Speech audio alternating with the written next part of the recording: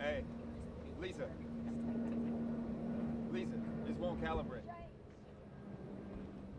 Green, white, checker.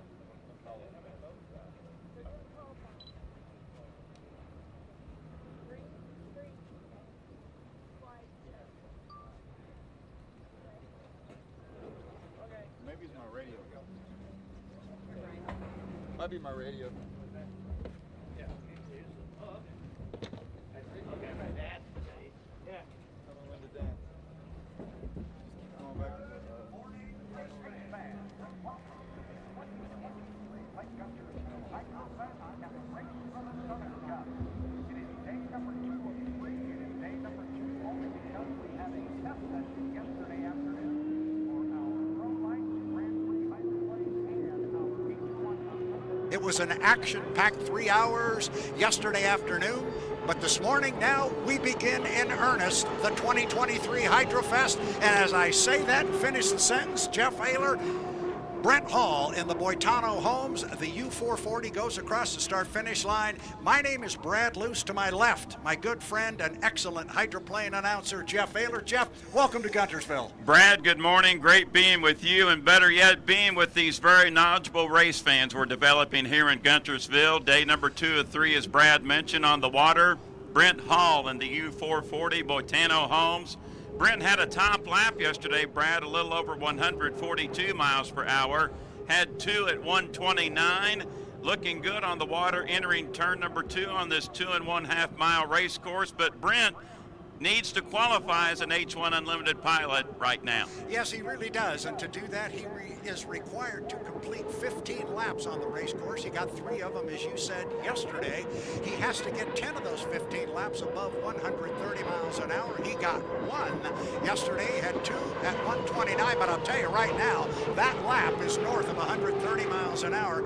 And Jeff, I spoke to him last night in the pit area when we did a little pit walk for H1 Unlimited YouTube, and I talked to Brent. He said that 142 lap he was running maybe 3/4 throttle. He said the boat's really responsive, and it looks good this morning. And there it is, a 143.797 for Brent Hall. So happy for this young man to see him get out and run strong. Very personable young man, 54 years of age, coming up on July 2nd. But Brad, yesterday when Brent was on the water, we had this slight wind condition. Lake Guntersville was just a touch rough for the 440, but right now, wind at a standstill, water conditions ideal. Brent looking good through turn number 2. Brad, bring him to the start-finish line buoy. Our engineer, Tana Morissette, will give you the time. I expect this one maybe a little above 143. It just might be. He comes across, he gets a white flag with 1 more to go, because this is qualifying. Not testing, this is qualifying. So he will be able to turn 3 laps. They will record his fastest lap for his qualifying speed. He is off the lower corner. They are right at, how about this, Jeff Ayler? I believe it is, we've got it unofficially at 146.649 miles an hour, but clearly above 130. The boat looks really, really good. And I always have to say this, I was here a few years ago. That boat turned a lap out here at $150, so the boat's got some speed in it. How'd you know? You were reading my mind. I was going to say you were here a couple of years ago, or 2019, I believe, when Dustin Eckles did a lap in this craft at over 150. Dustin is here this weekend with the teammate boat, the U40 Bucket List Racing. Checkered flag waving. Brent Hall will complete his qualification run. Boitano Homes, Bucket List Racing have to be happy. Absolutely. The U440 Brent Hall puts his 6th lap in the books toward his driver qualification. But for the qualification for the event, he is now in the books with a fast lap at 146, which was lap number 2. We'll see if he was able to eclipse that. I think he did. We're seeing on the screen an unofficial time. We'll wait until we get it officially. We have it. It is 148.526 miles an hour, 148. And we talk about this boat turning a lap at 150 at one time. He's only a mile and a half away. Outstanding lap there by Brent Hall in the 440 Boitano Homes, as Brad mentioned, 148.536 miles per hour. 148.536. And Brad will go over this boat several times throughout the weekend, but this is an experimental craft built back in the mid-2010s.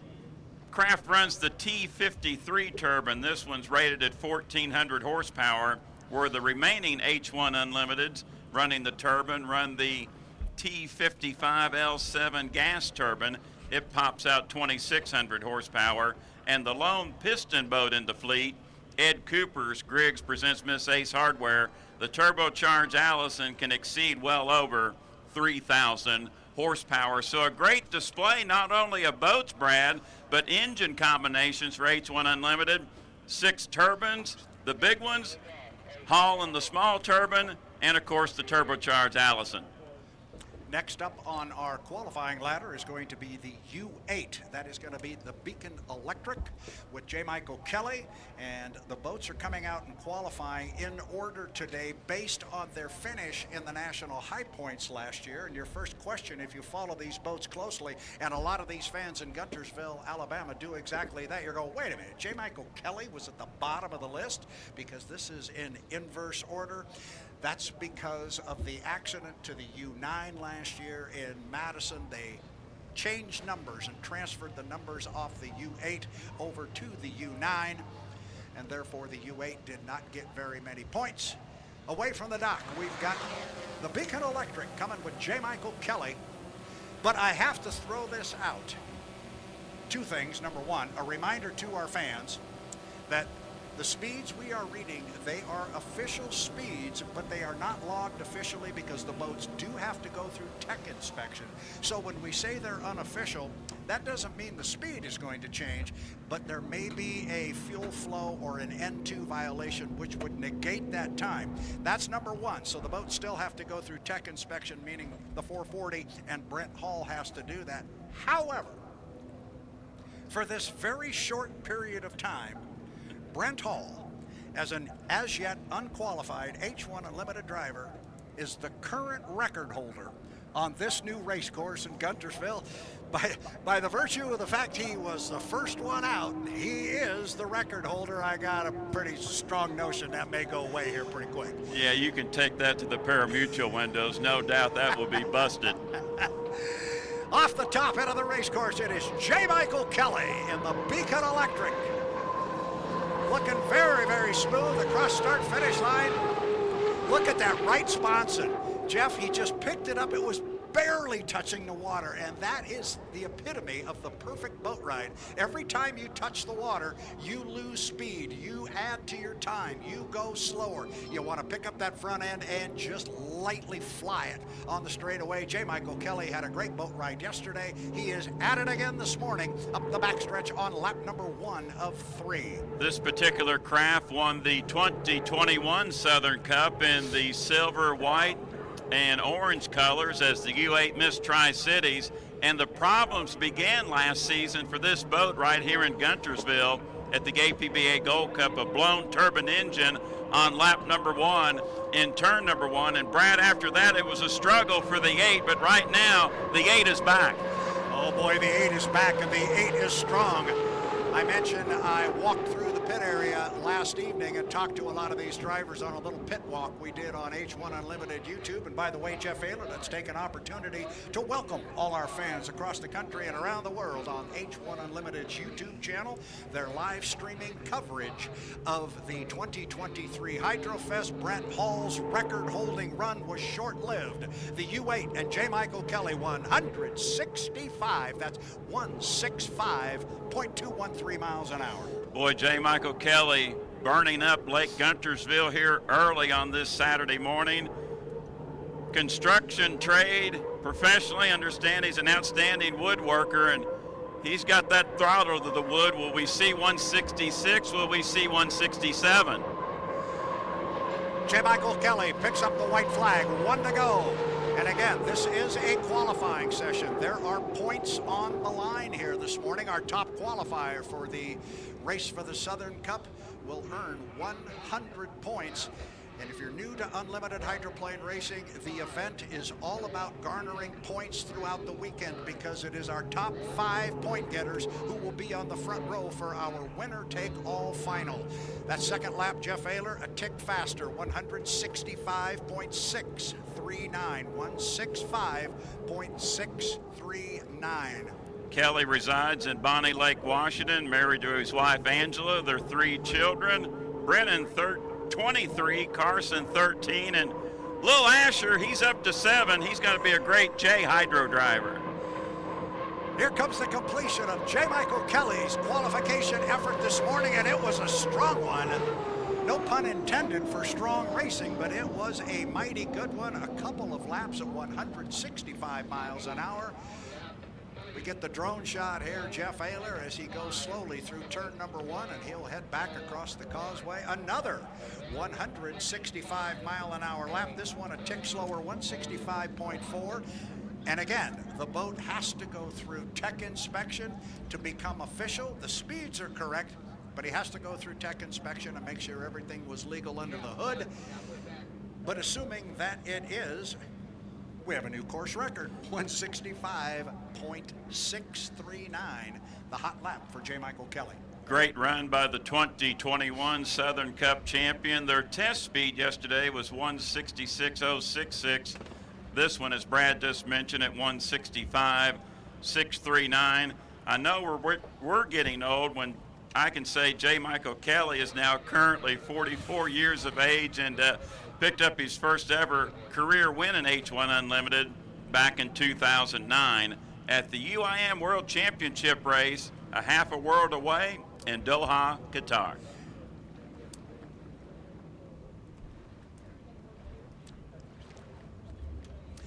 We are awaiting Jeff Ayler, the arrival of the U40 bucket list racing, Dustin Eckles. He should be coming on. I see the boat now in the water on the monitor here. Actually, that was the 440, but the 40 is coming out right now. Tough to tell those two boats apart from clear across the pond here. But if you look toward the pit area, you can see some water being pushed forward. That is Dustin Eckles, bucket list racing, and the U40.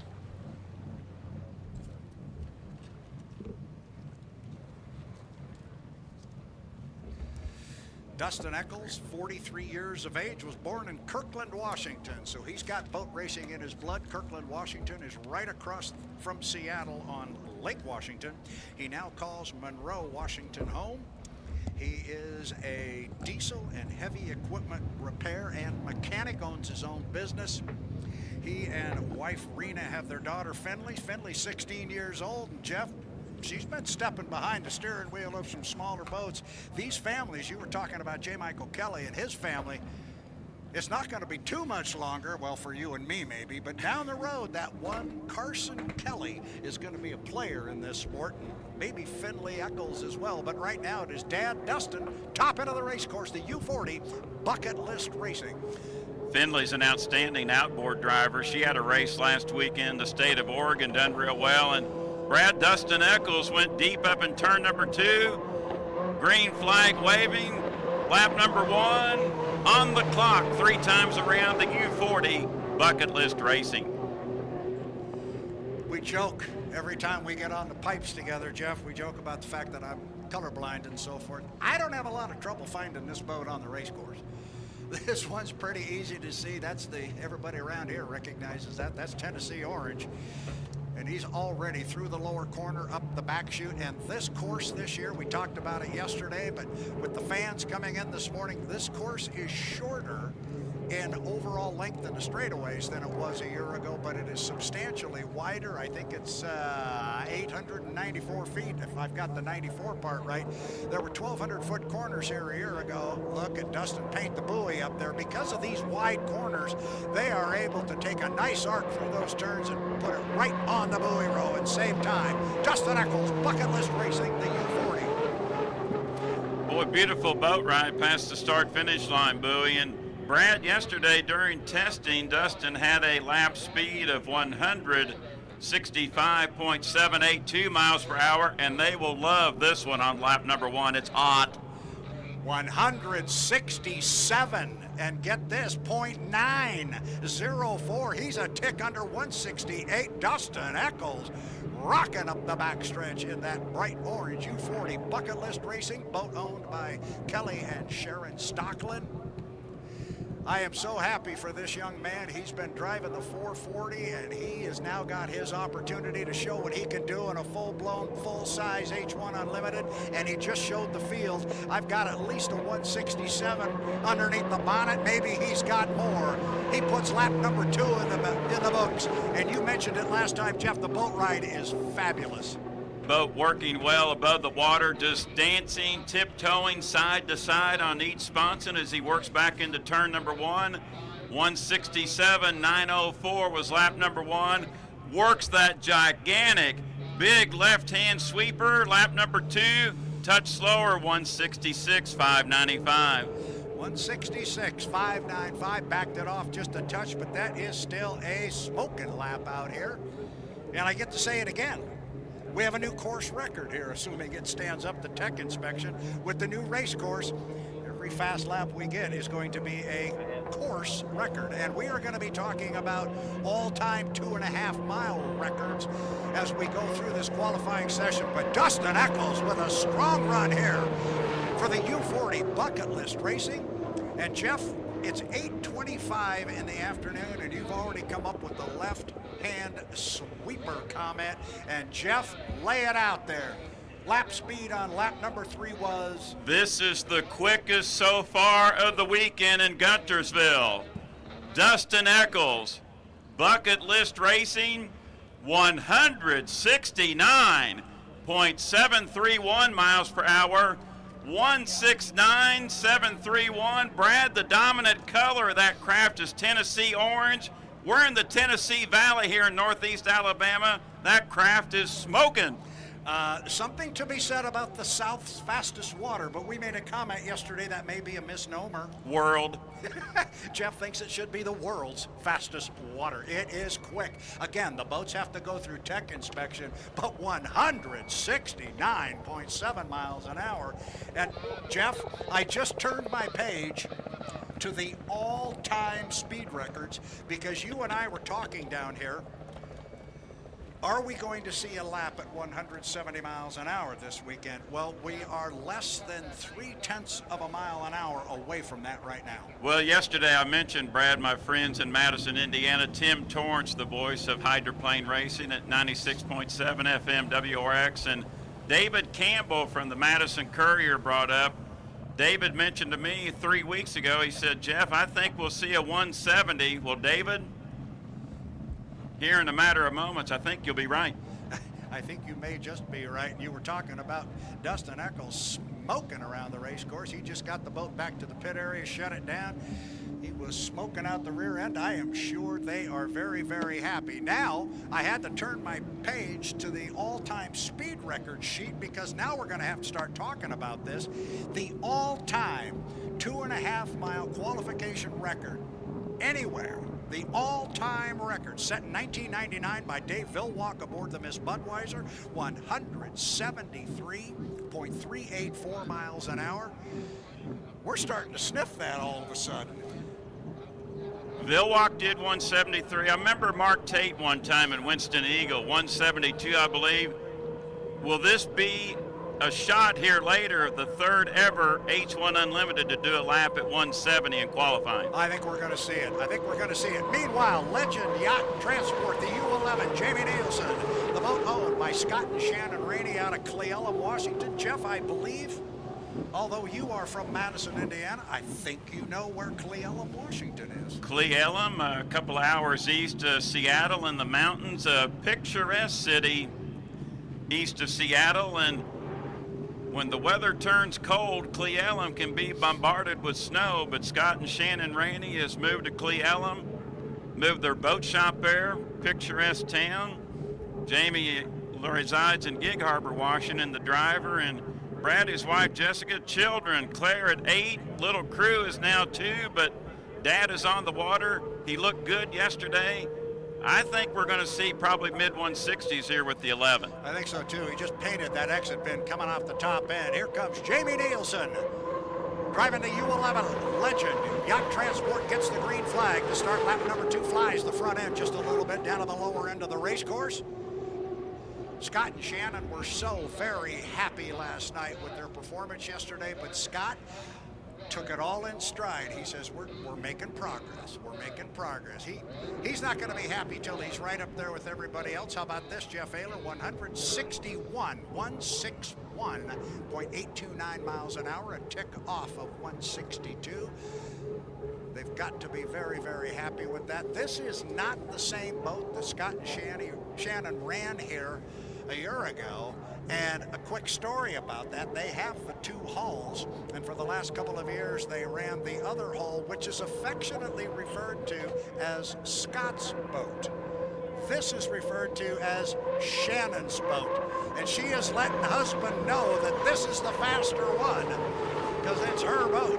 As the second lap is in the book for Jamie Nielsen of the U11 Legend Yacht Transport. Well, Brad, as a fan of the sport, when I heard what hull they were running for 2023, I'm glad Shannon won the coin flip because it keeps getting better for Legend Yacht Transport. 162, brought it up a bit. 161 on the first lap, 162.648 for Jamie Nielsen up the backstretch smartly. Boat just looking real good. He's walking it back and forth on the sponsons, and we talked about Dave Hill walking that 173-mile-an-hour lap. I actually was in a group of people that watched a rerun of that lap when he turned 173, and Dave was in that group, and Dave was shaking his head. He says, you see, every time I tap that sponson on the water, he goes, I'm losing speed, I'm losing speed, I gotta fly it. Checkered flag. Jamie Nielsen of the U11 Legend Yacht Transport.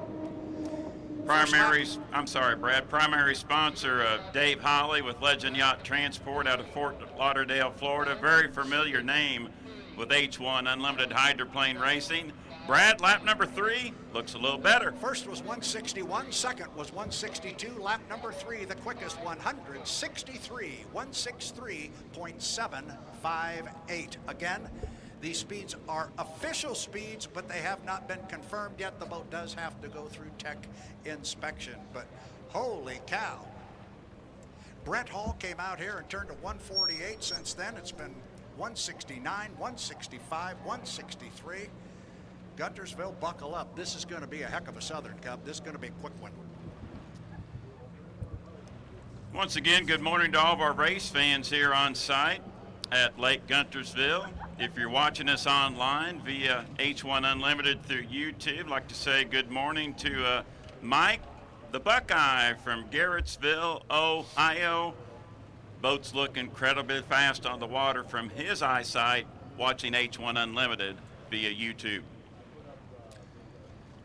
Looking to see who is up next on the ladder. Should be a Guntersville race champion from back in 2018. Andrew Tate should be taken to the water in the U91, the Goodman Real Estate. And if you remember the Goodman Real Estate from the last couple of years, it was black trimmed in white and gold. Same color scheme for 2023, but the boat does look a little bit different. It is predominantly white, still trimmed in the black and gold. I see water pushing away from the nose of one of our boats down there. Or not.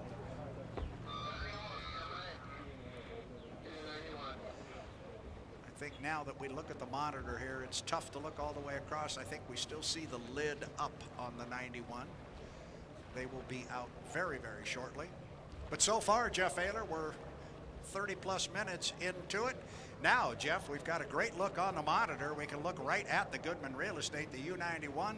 The lid is down on Andrew Tate. He's going to try and fire this up and come over and pay us a visit. This is the third winningest hull in the history of H1 Unlimited Racing. Miss Goodman Real Estate. Away from the dock, Andrew Tate will make his way across the lake here and come over and pay us a visit for 3 what I expect to be rather hot laps. I mentioned this is the third winningest hull of all time, Jeff Ayler. They've got 25 wins under this hull, and I am preaching to the choir on this because I know you know all of this. The boat is owned by Miss Madison Racing.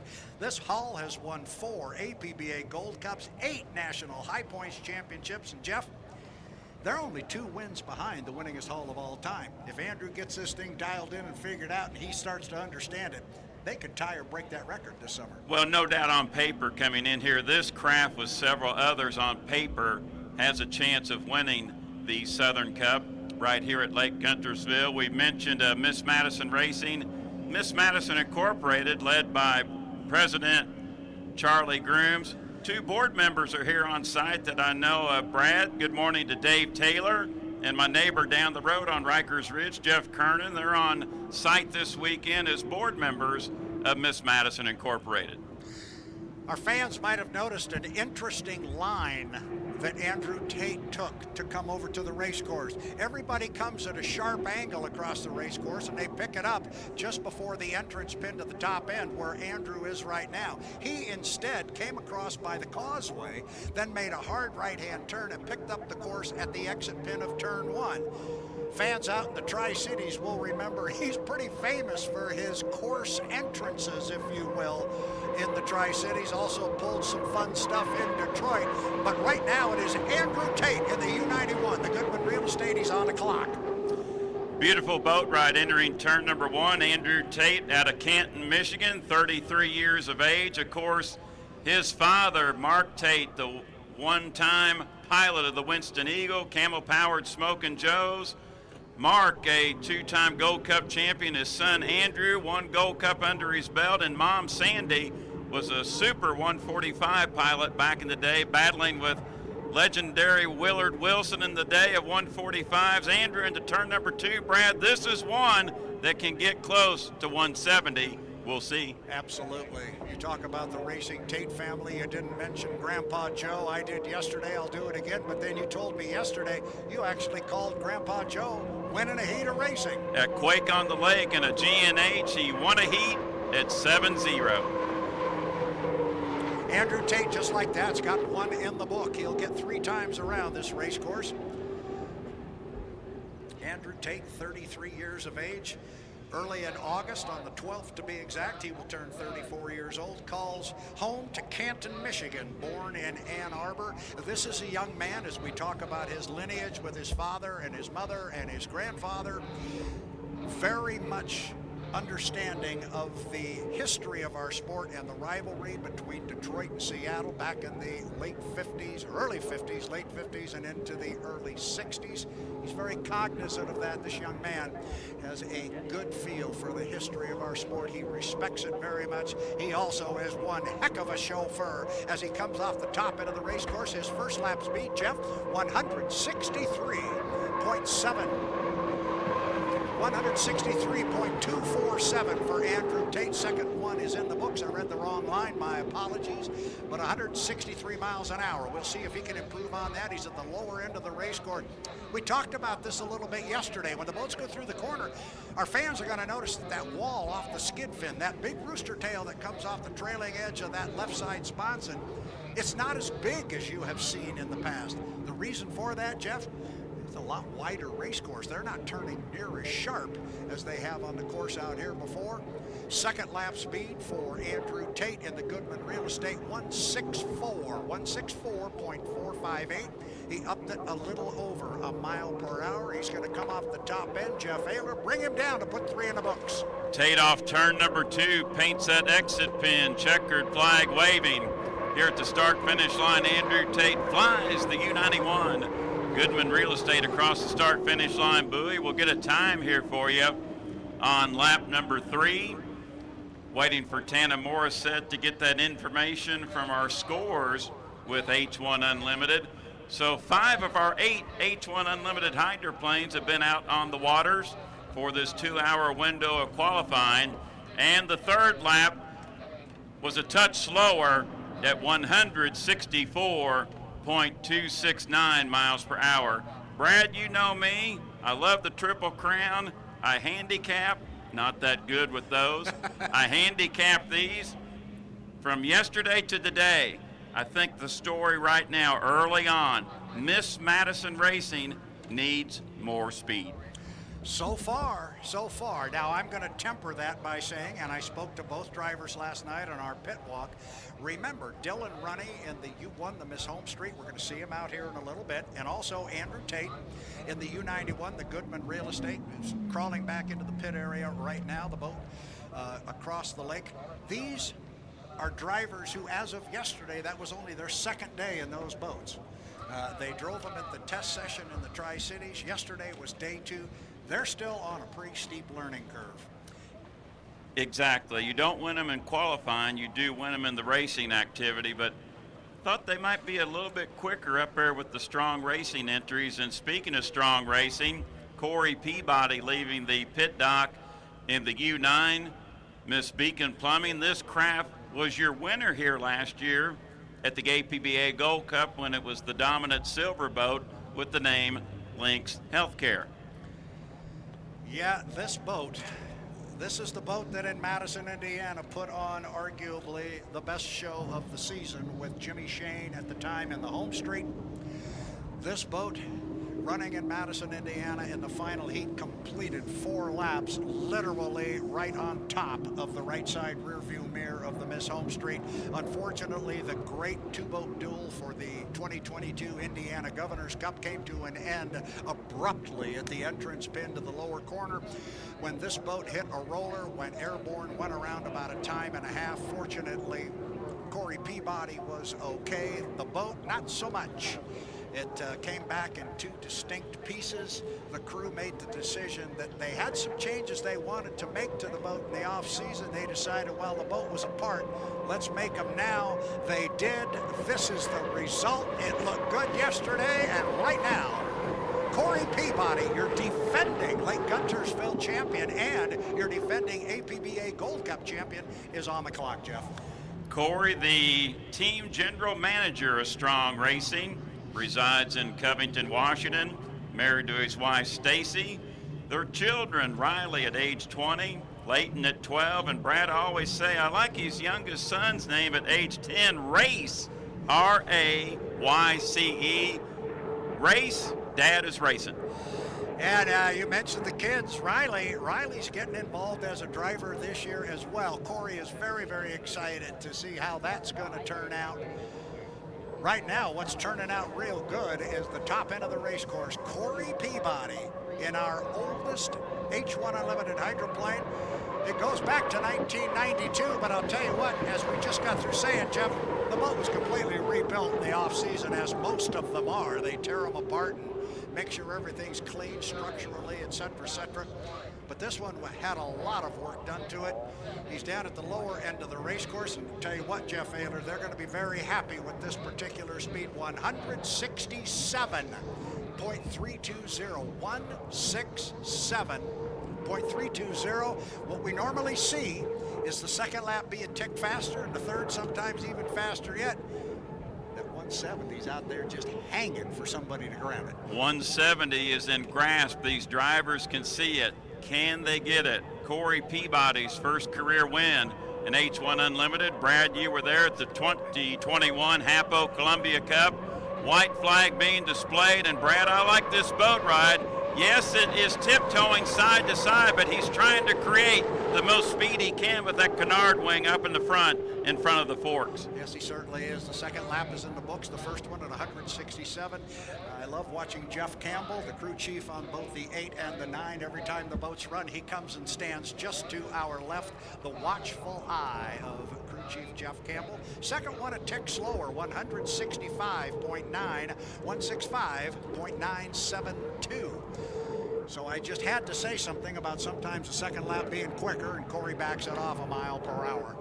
See how this one works. Corey sliding out a little bit wider than some of the other drivers. I thought he might tighten it up a little bit and see if he doesn't take a different line through the corner. Doesn't appear he's going to. Going to go out to about lane 2, maybe 2.5, 3. Here comes Corey Peabody. Fast lap of 167.3. Can he beat it? Peabody. Beacon Plumbing. And as they say about Beacon Plumbing, stop freaking, call Beacon. Bill Cahill stepped up in a big way to sponsor both the U8 and the U9 out of Strong Racing.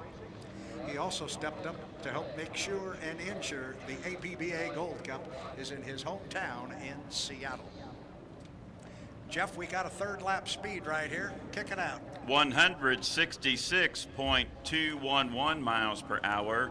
166.211. So right now they'll settle with lap number 1 at 167.320 miles per hour.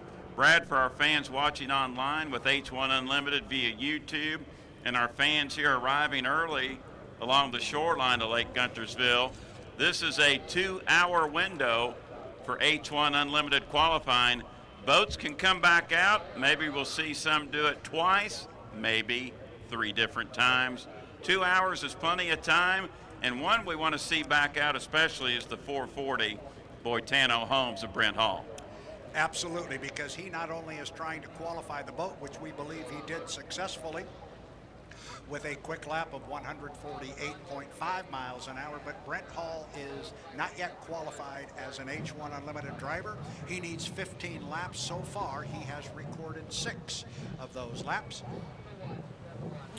On deck right now is our defending national high points champion. You won the Miss Home Street. The boat needs absolutely no introduction.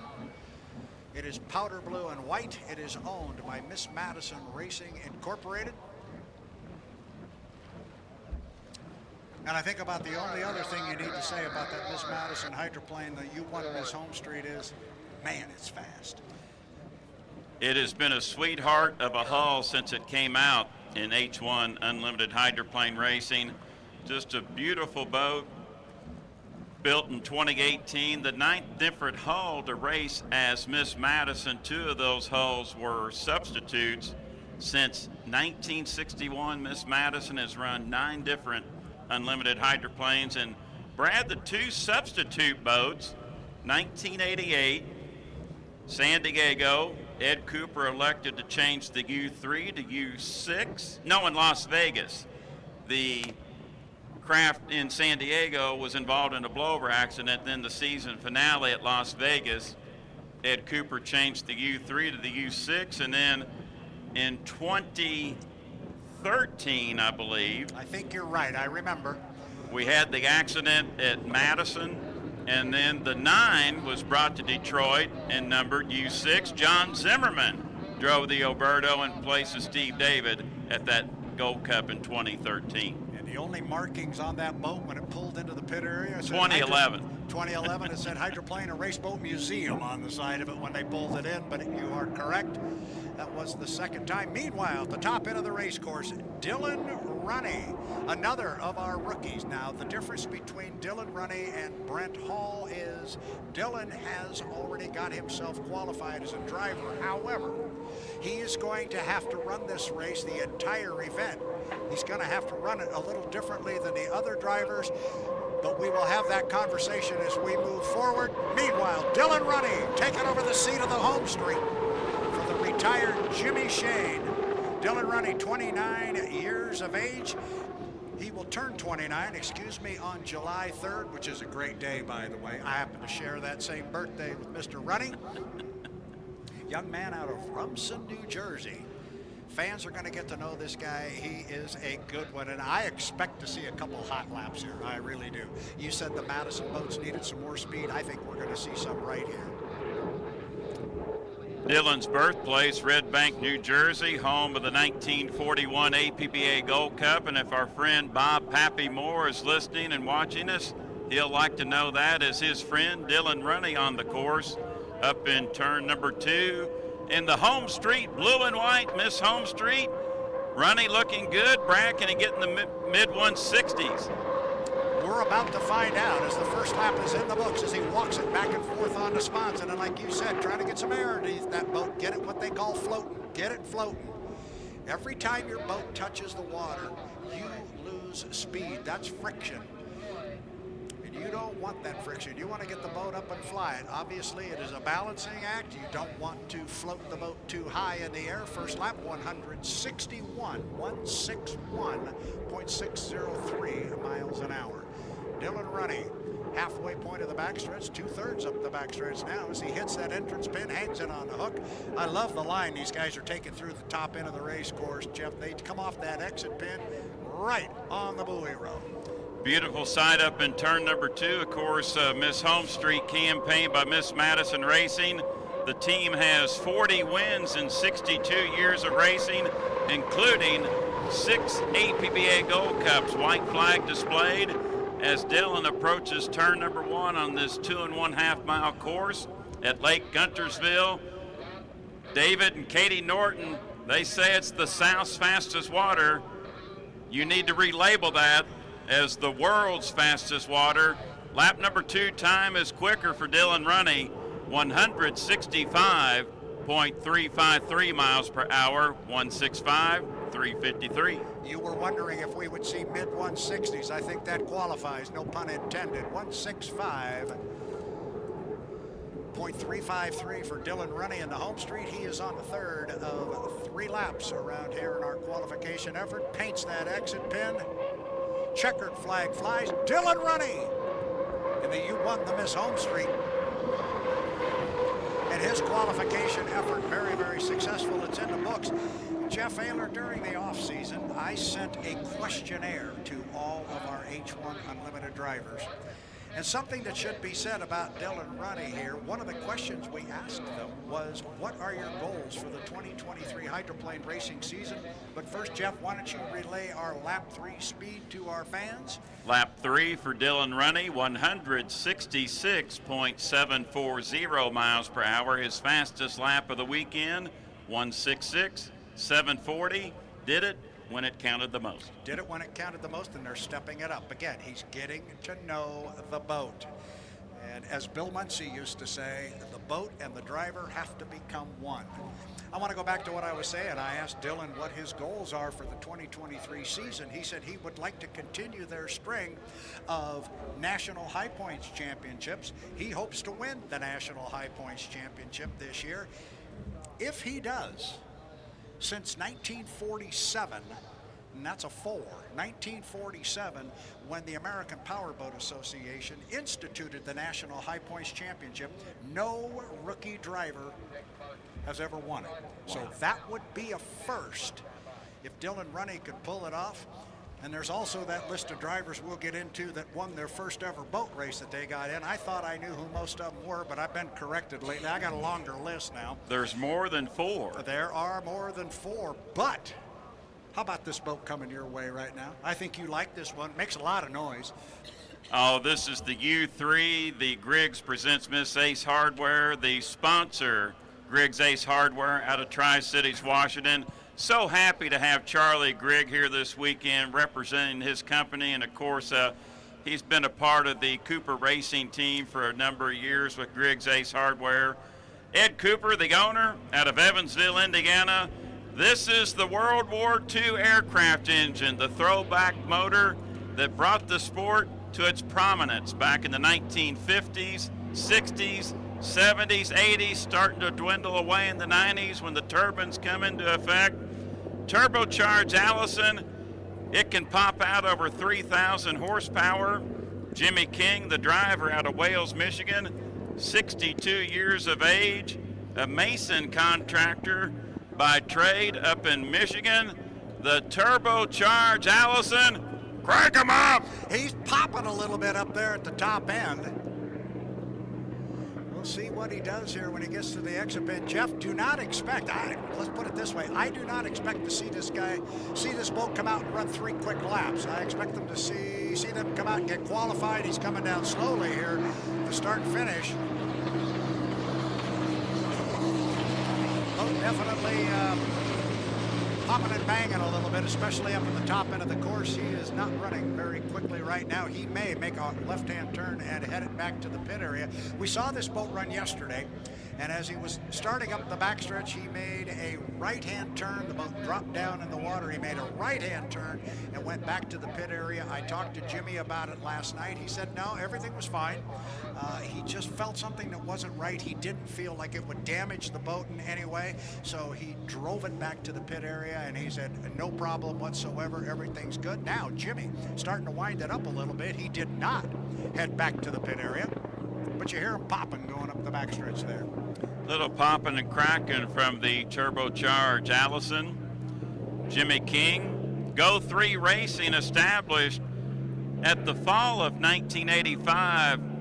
Ed Sr., Ed Jr. acquired Chuck Hickling's Tempest. They began racing in 1986, and here is the sound. Fans along the shoreline, that thunder, the turbocharged Allison. Come on, Jimmy, wind it up. Here we go. This will be lap number 2. Lap number 2. He got a green flag on that first lap around, which was very, very slow. I doubt it would be much, but we won't count it. I said don't expect the boat to go out and run 3 hot laps. Go out and run 1 quick one, and I'll bet you after this one, if everything continues to go as it is right now, don't be surprised if they don't take it back to the pit area, as Jimmy likes to tell me, and he and I talked about it last night. Those Allison engines only have so many laps in them. Don't waste them. Might have got specific instructions from the engine builder. Warm this puppy up, get that oil to temperature, lay us a hot one down, bring it in, check the oil, fill it with fuel. Let's get it going in 1A or 1B later today. Absolutely. So here he comes off the top end of the race course. It is Jimmy King, 62 years of age, out of Wales, Michigan. Flying the U3. The Prix presents Miss Ace Hardware. Boat looks good. Jeff, I'll tell you what, I've said this since we got here. I like that boat here this weekend. These big wide corners, I think it plays right into their strong suit. I do too, Brad. If this thing can get hooked up on the buoy row, and a nice lap for the Turbinator, 157.585 miles per hour, 157.585. The all-time record lap for this boat was in San Diego with Mitch Evans at 2003 at 162. I don't think we'll see that, but 160 wouldn't be surprised. Well, I'm done making predictions. I said he'd lay down 1 hot lap and probably take it back to the pit area. Obviously, I have no clue what I'm talking about here, because here comes Jimmy King. Briggs presents Miss Ace Hardware. The U3 completes lap number 3. A good run. Oh, Jeff, you said 160? How close can you get? 159.945. You know, when I went to school, that's good enough. 159.945 for the Turbinator. All right, fans along the shoreline, early on, the Turbinator's cooking, 159.545. What do you think? Boat ran well here last year, Brad. Failed to make the final heat, but I'm with you. Racing, lane 1, competition, boats around you. Don't count the Turbinator out of the Southern Cup. No, don't count them out at all. One of the things we have been talking about, Jeff Ayler, is that the boats have to go through tech inspection, and their speeds will be cleared. We've got some of that information has come back. The U8 and J. Michael Kelly, the Beacon Electric, he had a fast lap of 165.639 miles per hour. That has cleared technical inspection. That is a good speed. We also have the U11, Jamie Nielsen, in the Legend Yacht Transport. They have cleared the tech truck as well. Their fast lap of 163.758. It definitely will stand, as will the fast lap at 164.458 for the U91, the Miss Goodman Real Estate. At the U40, the Bucket List Racing, and that hot one at 169.731. They've cleared the truck, Jeff. That's smoking. That's a good number. That is an incredible lap by Dustin Eckles in the Bucket List Racing at over 169 miles per hour. I know the owners, Kelly and Sharon Stockland, have to be so pleased. And Brad, I mentioned it yesterday. I spoke to Kelly Thursday evening at the street party. One of the reasons why that boat is numbered U40, he wants to emulate his team like Dixon Smith did with the Miss Bardall teams in the late 50s and early 60s. And Kelly, you're on track. If Dixon's watching, I know he'll like that speed that your craft posted, close to 170. Next up on our ladder, we're going to have one of our Grand Prix boats come out on the water. It is going to be the GP79 with Jeff Bernard, boat owned by Mike Grindell. They are going to be out on the race course. I have also seen Greg Hopp's ride get lifted off the trailer. In fact, it's hanging in the air over the pit area right now. He kind of got pitted on a back row across the lake from us there, so they are lifting that boat high into the air. I see the rooster tail off the GP79. The reliable Diamond Tool, Bad Influence Racing. Got our friend Fast Eddie Canfouche watching us and listening on H1 Unlimited via YouTube. Him and his dad, for some reason, like that when I do that, fans along the shoreline. They just get a big chuckle out of that. Well, I'm not much for shout-outs here on air, but I will give one out because it's the second one he sent to me. But early this morning at 6 a.m. out on the Pacific Northwest from the Tri-Cities of Washington, want to say hi to John Woodward. He says the coffee's brewing, got the live stream on. So, morning, John. Wish you were here, bud. We're having a good time. We got a lot of good activity going on. GP79, reliable Diamond Tool. Brad, also, too, our third cohort next weekend on the pipes with us at the Madison Regatta, presented by U.S. Premier Tube Mills. Good morning to Jordan Bear from Madison, Indiana, the morning show host of 96.7 FM WORX. And, of course, WORX covers H1 Unlimited hydroplane racing. You can dial them up on the World Wide Web at www.worxradio.com. Grand Prix America boats will take an opportunity to test here at Lake Guntersville. We'll see if Tana might get some speeds for the GPA boats. Yesterday, Brad, at dinner, unofficially, Bobby King turned a lap on this 1 1/4 mile course in the GP88 Jack's Bar and Grill presents Sunbelt Rentals at over 128 miles per hour. This particular craft out on the water, reliable Diamond Tool, Bad Influence, Jeff Bernard, the driver, out of Kent, Washington. As Brad mentioned earlier, Mike Grindell, the boat owner, out of Webster, Massachusetts. This craft is your two-time defending National High Point champion in Grand Prix America. As Jeff hits the throttle, these boats 24 foot in length, 12 foot width, all powered by the 468 cubic inch big block automobile engine, racing trim with the pilot inside, 2,700 pounds, and our Grand Prix America hydroplanes can pop out up to 1,400 horsepower. They will have racing activity later today as well, along with the Pro Light hydroplanes presented by Go Lithium. And of course, we'll have racing activity with H1 Unlimited here at the 2023 Southern Cup here in Guntersville, Alabama. Brad, a leisurely pace right now, and I think trying to get some timing marks down because these boats run on a clock start as well. Grand Prix America, and Jeff Bernard, a capable shoe, and looking forward to see how Jeff does here in 2023 in GP79, reliable Diamond Tool. Yeah, you mentioned he's going to come out here and run some timing marks because all classes of our boats here this weekend run on a clock start. And so the idea is to put your boat on the start-finish line when the clock strikes 0. I think he's also trying to make sure he knows exactly where this new course is laid out. We saw a couple drivers yesterday maybe get confused a little bit, but look at this wide line, and he's going to bring it hard down to the start-finish line. Jeff Bernard, reliable Diamond Tool.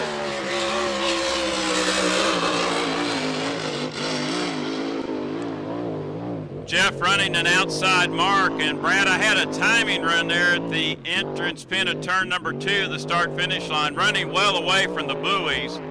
That was a 17-second timing run, so Jeff getting acclimated on timing runs to the outside of the course, and I'm sure he'll go to the inside as well. And Brad, we got another speed cleared with H1 Unlimited through Tech. Yeah, our U9, the Beacon Plumbing, Corey Peabody, fast lap of 167.3. He's cleared tech inspection, so far everybody's clean this morning.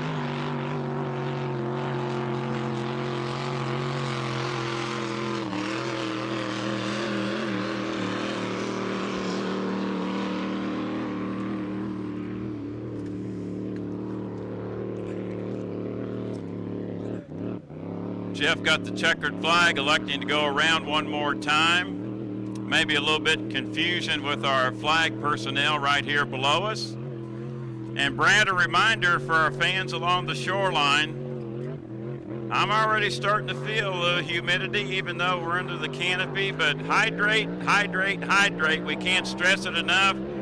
Take care of yourself. If you see someone next to you, maybe a little woozy, get their attention. We want everybody to have a fun and safe Guntersville Lake Hydrofest. Bernard working in turn number 1, and now he slows, and Jeff will point the nose of the dominant orange checkered flag effect GP 79 reliable diamond tool. Brad, you and I cannot be here. The race teams cannot be here. The fans cannot be here because of our sponsors. Our sponsors are the ones that make all of this happen, along with, and certainly in concert with, all of our volunteers. I always say, I know you do as well, when you come into the event, maybe somebody helped you park your car, maybe somebody helped you with your tickets, whatever it might have been. It's a volunteer, and they're here because they want to be a part of this great event. Take a moment and say thank you to the volunteers. Without them, this doesn't happen. And Jeff, one of the things you and I like to talk about is how cool these boats are and all this and that, but they're way out there in the water. But you know, you can get up close to these boats, and I'm talking to you up and down the shore here. Pit tours.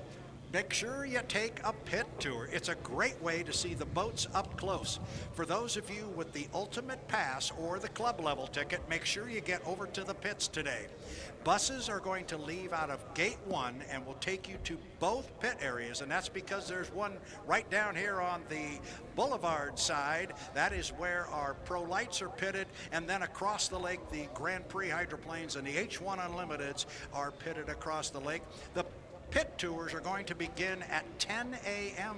this morning. And in a reminder, you must have closed-toed shoes to board the buses and go take a pit tour. It's an insurance piece, and I'll tell you, there are things laying on the ground that are big and heavy, and we don't want anybody stubbing a toe over there. Take a pit tour sometime this weekend. You will not be disappointed. They begin again at 10 a.m. The buses will leave out of Gate 1. Also, Jeff was talking about, our sponsors and so forth, but there's also an awful lot of food here. Make sure you visit the Hydrofest food trucks for a great snack. Everything from pizza to barbecue to chicken. And for those of you with a sweet tooth, my wife's coming later. Those of you with a sweet tooth, there's gelato, Dippin' Dots, and shaved ice. So there's something for everybody's palate. This is a terrific family event. Hopefully you've brought the family down here. Get some shade up and down the boulevard, and we're going to have a lot of action on the water here. Coming up now is Greg Hopp out of Lake Stevens, Washington, driving the GP 15. He will come away from the pit area. You can see his rooster tail over there. This is an older hull. It is not as wide. It's going to be difficult on some level for you to tell that, but the boat that was just out here, the GP 79, is a much wider hull than this one. This one's got a very, very, very solid history to it. Those of you that have watched boat racing for many years might remember Bo Scheid driving the Alamo. This is that particular hull. It is now driven by Greg Hopp, as I said, out of Lake Stevens, Washington. Every once in a while, Papa Hopp will get behind the wheel. Jerry, at 70 plus years old, to go out and take a run or two in it. The Hopp family synonymous with hydroplane racing. As Greg finds his way across the lake, look at the low profile on this particular boat. He's got a couple of fairings in the back, no horizontal stabilizer, but you'll see the fairings out there. This one's a rocket, and I gotta think, Jeff, we talk about courses being laid out that might play right into a particular hull. This boat's not as wide as the other boats, so he may not be able to get through the corners as well as some of the other boats can, but I tell you what, in a straight line, yeah, good luck. This one will run with any of them. Nice wide corner. Maybe he can carry that speed through the turn and give them all some trouble.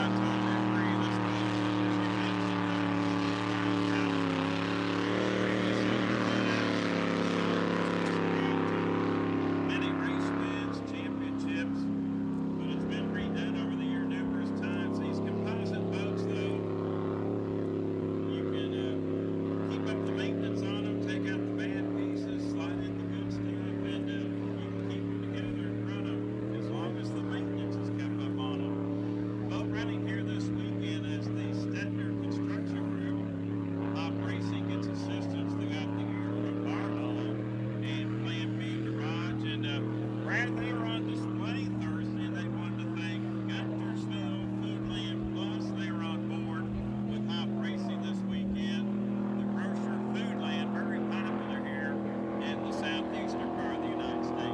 right outside my hotel window. I can look right over and see the boat. There goes Gregor.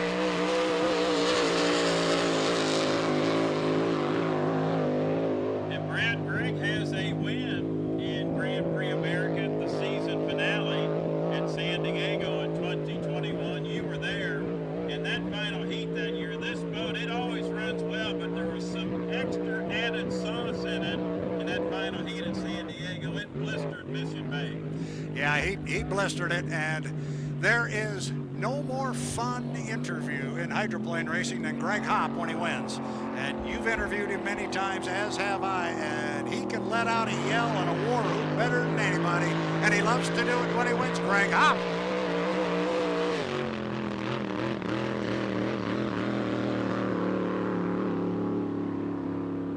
And Jeff, I have to tell this story every year. You know exactly where I'm going to go with this. But that boat, I mentioned, it's so fast in the straightaways. Well, one year over in the Tri-Cities, Greg, look at Greg put the foot in, heading back to the pit area. He's running, going over there. He's anxious to get back. But one time over there in the Tri-Cities, I talked to him prior to the final heat, and he knew he didn't have the speed throughout the entire race course. He pretty much had top end on everybody. And I said, so what's the strategy for the final? He said, we're going to put our biggest propeller on this thing. And he said, it may take us 2 or 3 laps to get the thing up to speed. He said, but I'm going to hit that line going so fast on the outside lane. He said, I'm going to wind that engine up so high only dogs can hear it. And that was the end of the interview, because I started laughing and couldn't stop. I just love that when you bring that up, Brad, that whistle that only dogs can hear. And we've got a friend over there in the pit area, Old Blue, he can hear that whistle and then he can rile up. He also said he was going to be so loud in the outside lane, he was going to set off every car alarm in Columbia Park. Now, Brad, one thing I got from Roger Mahan yesterday with Pro Light, he owns the 242 and boat number 2.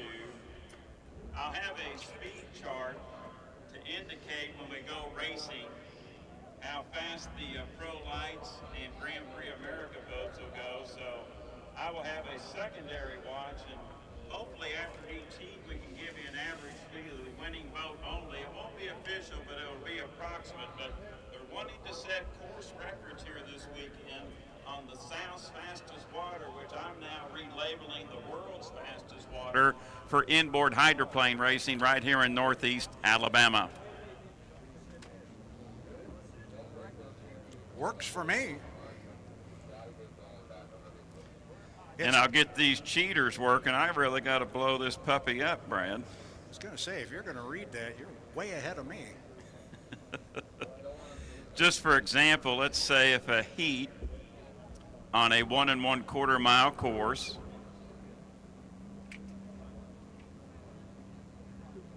average speed, they're going to be looking in the range, Brad, of the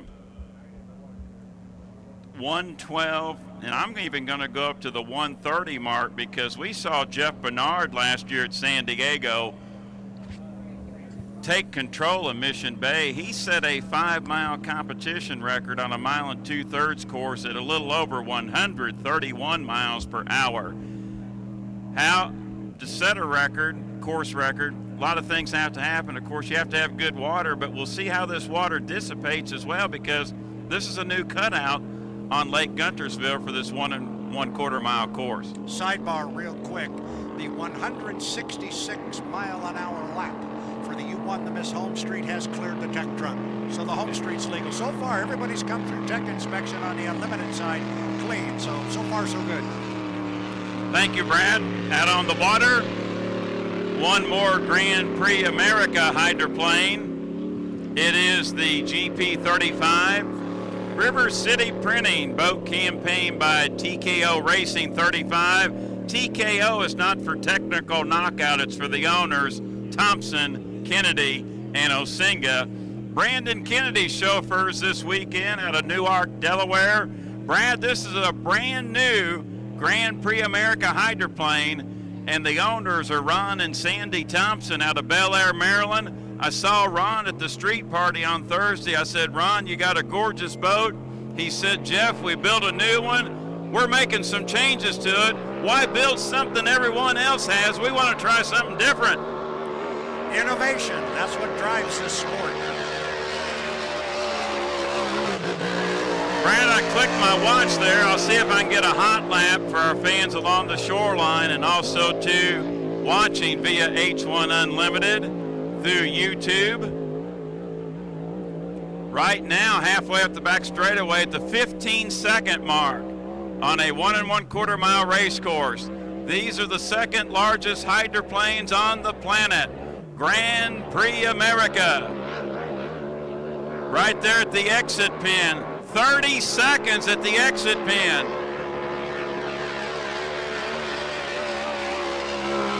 And he got there in 37 seconds.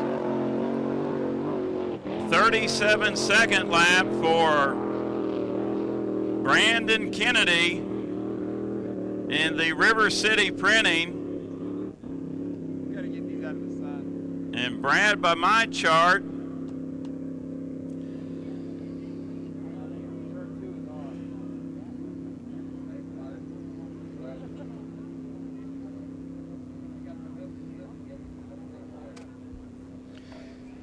While Jeff is trying to read some mighty, mighty small numbers off his screen there and get a speed for us, an unofficial speed that he's doing manually here by looking at his stopwatch and his phone. Want to remind everybody, all of the speed here this weekend is not necessarily just out on the water. We have speed on and off the water here at Hydrofest 2023. MOB Squad is on site this year at Hydrofest with some of the fastest motorcycles in the world. So we got the fastest race boats in the world.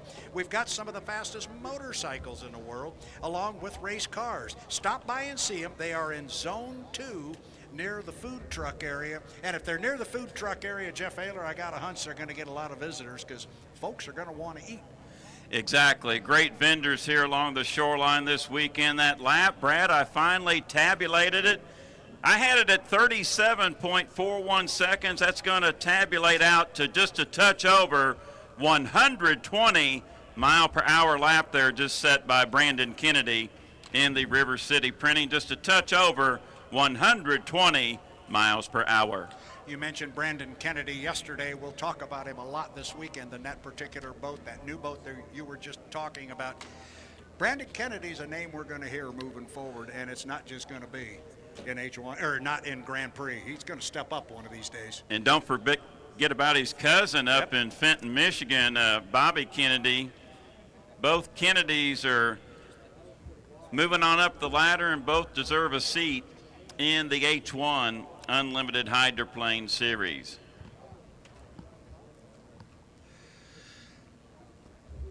I haven't yet got word about who may be coming out on the water next. However, I think I'm getting it now. Apparently the U8, that would be J. Michael Kelly's Beacon Electric. But if you look to your left, I see a whole lot of Tennessee orange off to my left. That would be boat owner Kelly Stockland. I would expect we'll see one of his two boats coming out. Tana is quickly writing things down and pointing at the screen. And again, you remember the job description I gave to Tana when she took on this endeavor working with us. Her job is very simple: make us look good. This has been a blessing the past 3 years, working with Mike and Tana Morissette. I'm in this reclining, relaxing chair and getting the massage. No, we're going that far. But they just do a wonderful job. Tana's busy working the speeds, and Mike is over here assisting me with letting me know when boats clear tech inspection. And he's my right-hand man, and he flies the Friendly Skies as well for Delta. He does, and he's your right-hand man, but he's on your left. I got Tana on my right, and again, the two of them, they went to their first H1 Unlimited Hydroplane race in 2018 in the Tri-Cities. They wanted to come out and see what this nonsense was all about. They came out and visited us, and I think we set the hook. A little bit of fun. We got two great chauffeurs here, the Friendly Skies, and I'm on the ground up in Madison. You're on the ground, yes, you are. So we got boats in the water over there, except I think a couple of them are going back in. It's hard to see on our monitor here, but some great shots being done by the H1 Unlimited live streaming team. This is a group of 7 or 8 people, Jeff, who during the off season get together regularly, almost weekly, and they talk and discuss how do we make things better. They are in contact with the H1 Unlimited Board of Directors. How can we improve our product? I think the fans, it was only one day into the 2023 season, but I think yesterday went very well. I was told by members of the live stream team yesterday afternoon and last night that that's just the tip of the iceberg. Yesterday would be the worst day we had, and it was terrific. They said, wait till you see what we do today, wait till you see what we can do on Sunday.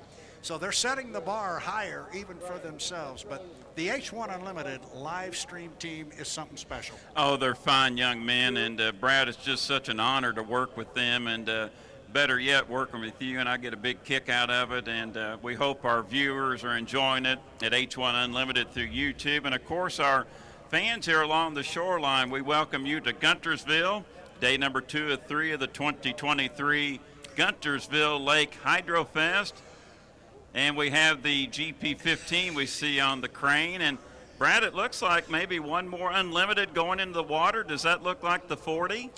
Looks like a lot of orange.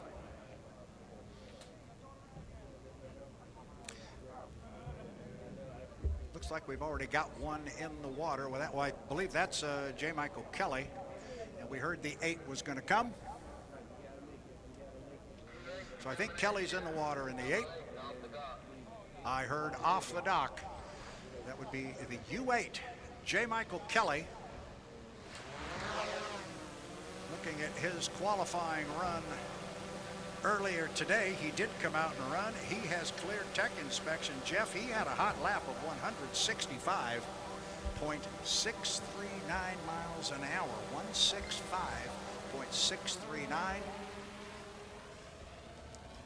I got to talk to Mike a little bit last night, and I said, you know, never let me be somebody who can really describe what it is like to drive one of these things. I said, but boy, from where I was sitting, that was a boat ride to be desired.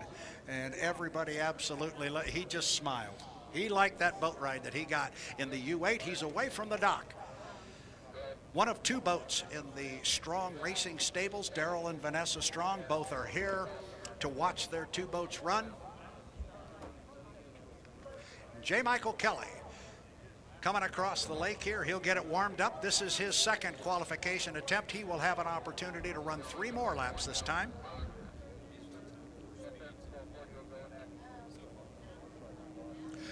Looking at our ladder right now, our top 3 boats, and they have all cleared tech inspection. It's the U40 Bucket List Racing at 169.731 miles per hour, followed by Corey Peabody in the U9 Beacon Plumbing at 167.320, and then it's the U1, the Miss Home Street, Dylan Runne at 166.740.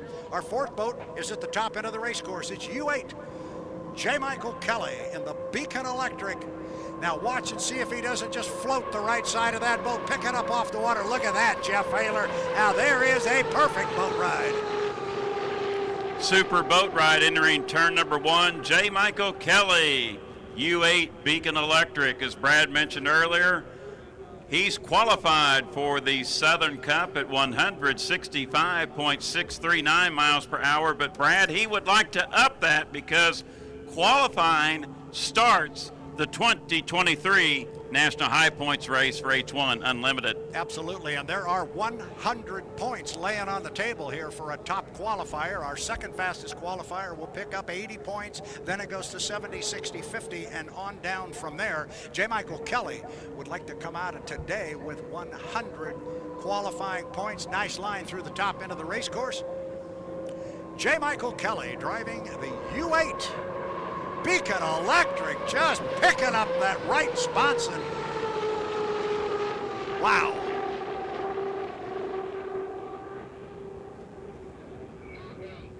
Boat looking good in turn number 1, U8 Beacon Electric, J. Michael Kelly. J. Mike, 14 career wins in the sport of H1 Unlimited Hydroplane Racing, one behind the late Chuck Thompson with 15. Brad, lap number 1, how we looking? 166. .309, so he has upped his speed from 165, 166.309 for JMK. Top end of the course, watch his line through the corner, and then Jeff, watch him pick up that right sponson. That's how he can accelerate quickly, get the air underneath that boat.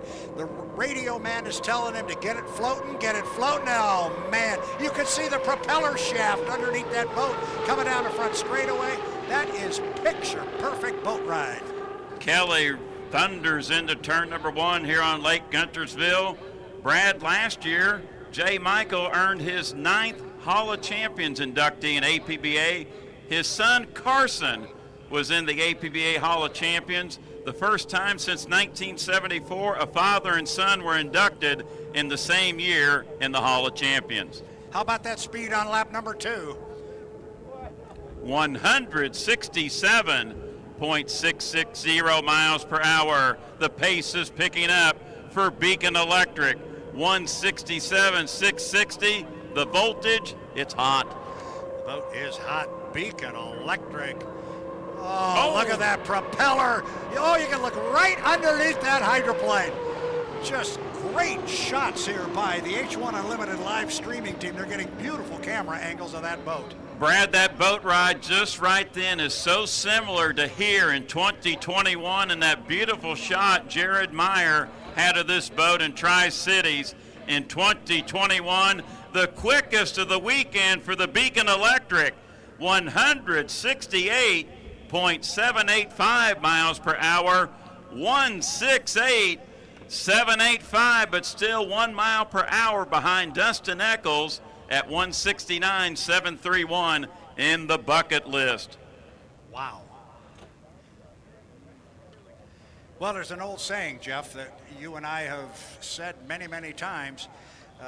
You can have all the power in the world, but if you don't have a good boat ride and can't use it, it doesn't do you any good. I made that comment to Andrew Tate in the Tri-Cities, and he goes, yeah, all you have is all the power in the world. Doesn't do you any good if you just don't have the boat ride. That was a pretty good boat ride. And in this sport, propeller, critical factor, gearbox combination, critical, and that was picture perfect right there by one of the best in the business, 44-year-old J. Michael Kelly. Second on the ladder right now at 168.785. And Brad, we did see the 40 in the water. Now, will this get the attention of Kelly's teammate, Corey Peabody? Will they go back in the drink? I think they will. I also think that is the 440 that's sitting in the water over there, but we'll find out. We're That's looking good a long news. way. And look at this. I don't even have my strong glasses on. Good job. You rock. Lucky to, oh, but here comes the 40.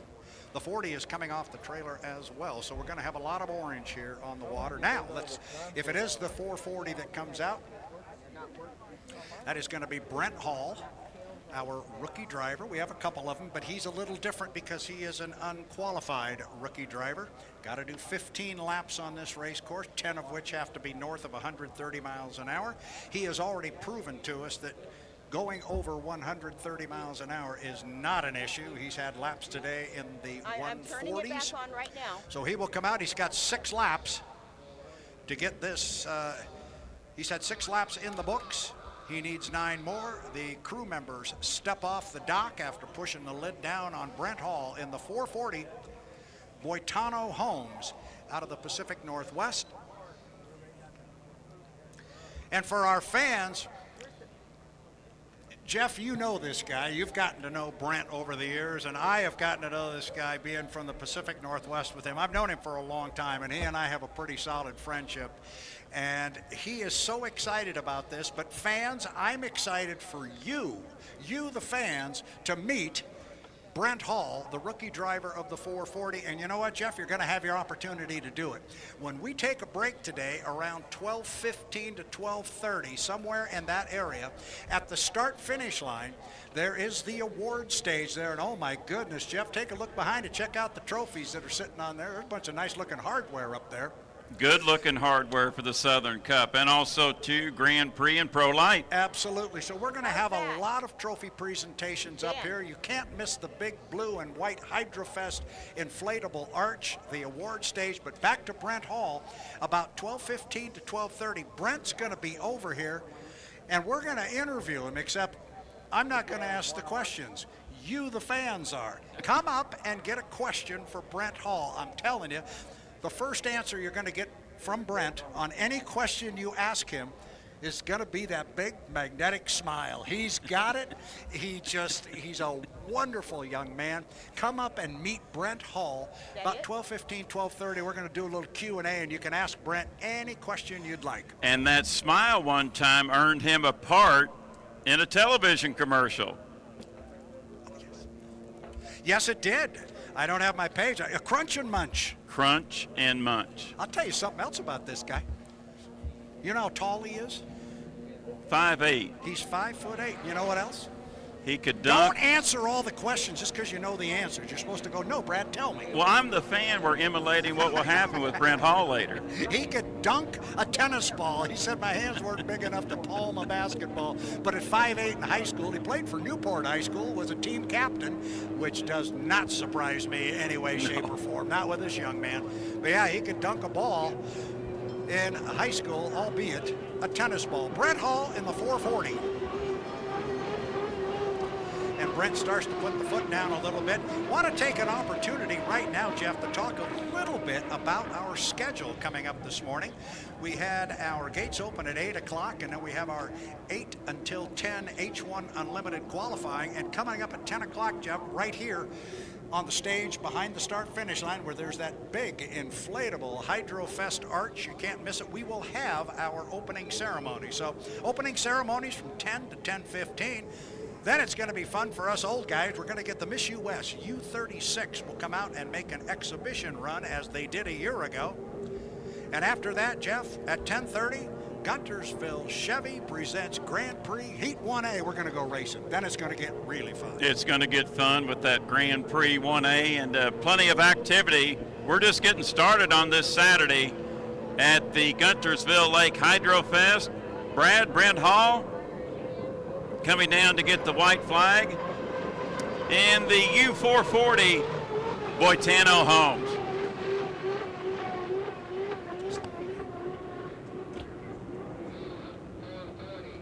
We'll get a speed on what I thought was the first lap. I think he likes the 140s. He's back in there at 143.264, 143.264. They're leaving the white flag out there. We'll see if they put a checker up, but you think I could count to 3 and keep it straight. I think this is lap number 2 right now. Brad, I was helping David and Katie Norton with promotion here up in Madison. Like to welcome Kevin and Carla Cheatham to Guntersville. Carla said, Jeff, what do you think about Guntersville? I said, go. Well, what? Go. They're here. Welcome. Well, how many years did it take me to get you down here? You know I'm going to throw that jab at you. Oops. Brent lost power. Come on, get it across. Hopefully that is okay, and he is going to set it down right there. Not good news for Mr. Hall. Oh, that's a tough break. The boat was running so well. Their Achilles heel has been the gearbox on this particular boat. Let's hope it's not gearing. He did drift across the line, and Jeff, he's drifted across at 138, so the lap will count. That means he's got 8 of his 15. That's such a shame. That boat was running flawlessly, and Brad, I didn't hear or see any indication of why it slowed, and Brent's popping the lid quickly. Kelly Stockland, the owner of the boat right here below us, he's in radio communication with Brent Hall with the U440 Boitano Homes. So with that, Brent, you see, is exiting out of the cockpit of the 440 Boitano Homes. And we'll have a slight delay here in the action as we'll get one of our safety and rescue boats over to Brent, get him on the hook, get him into a safe position on the race course, and hopefully we can go back to racing activity, qualifying and testing activity here at the Guntersville Lake Hydrofest.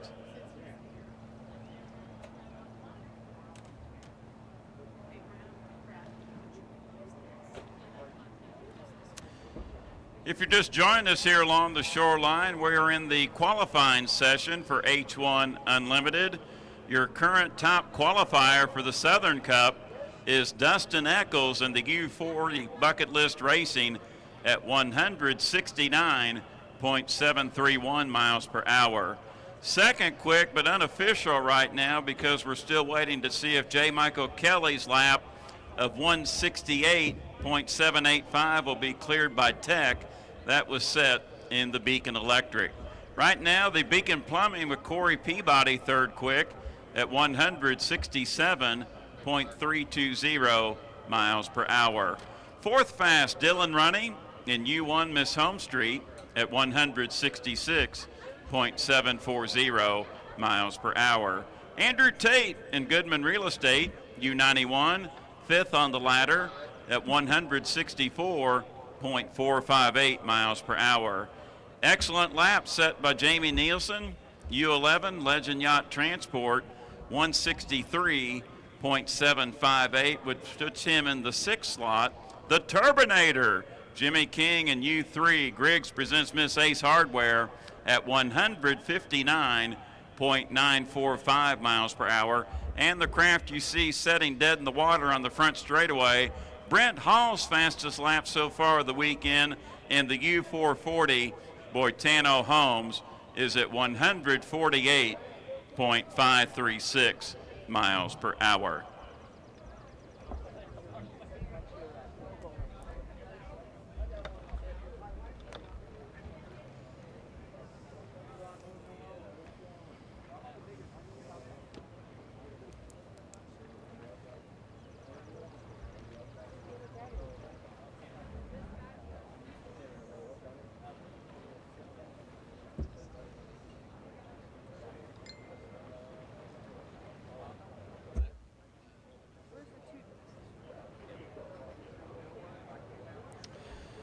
Also, too, this weekend, the Guntersville Lake Hydrofest, we will have exhibition runs by the U36 Miss US 4, driven by veteran pilot Mark Weber.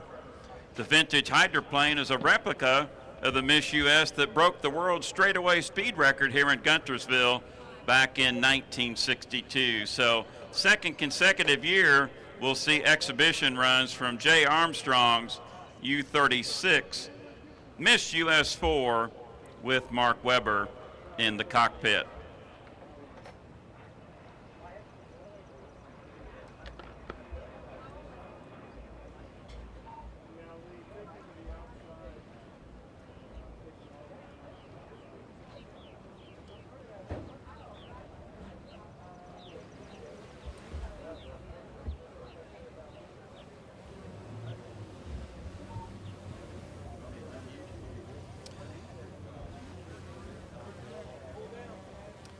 Fans, don't miss the Marshall County Wranglers with their Jeeps located in Zone 2.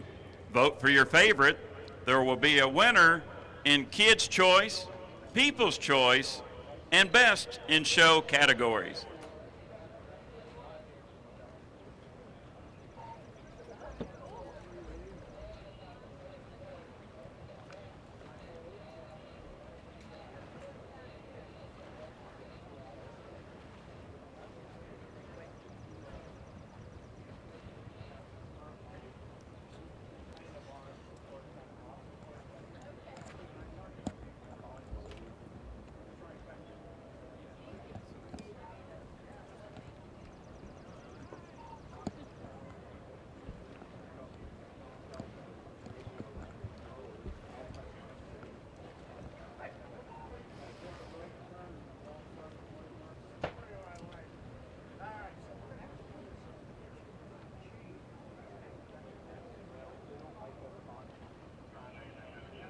Miss Marshall County, right? Yeah. All right.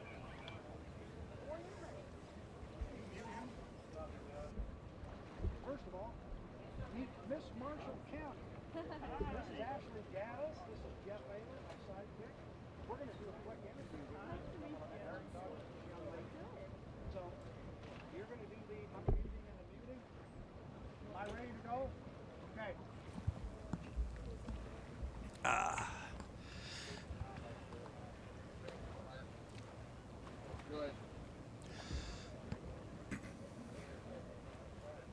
So race fans, while we have a little bit of a break in our action as Brent Hall in the U40,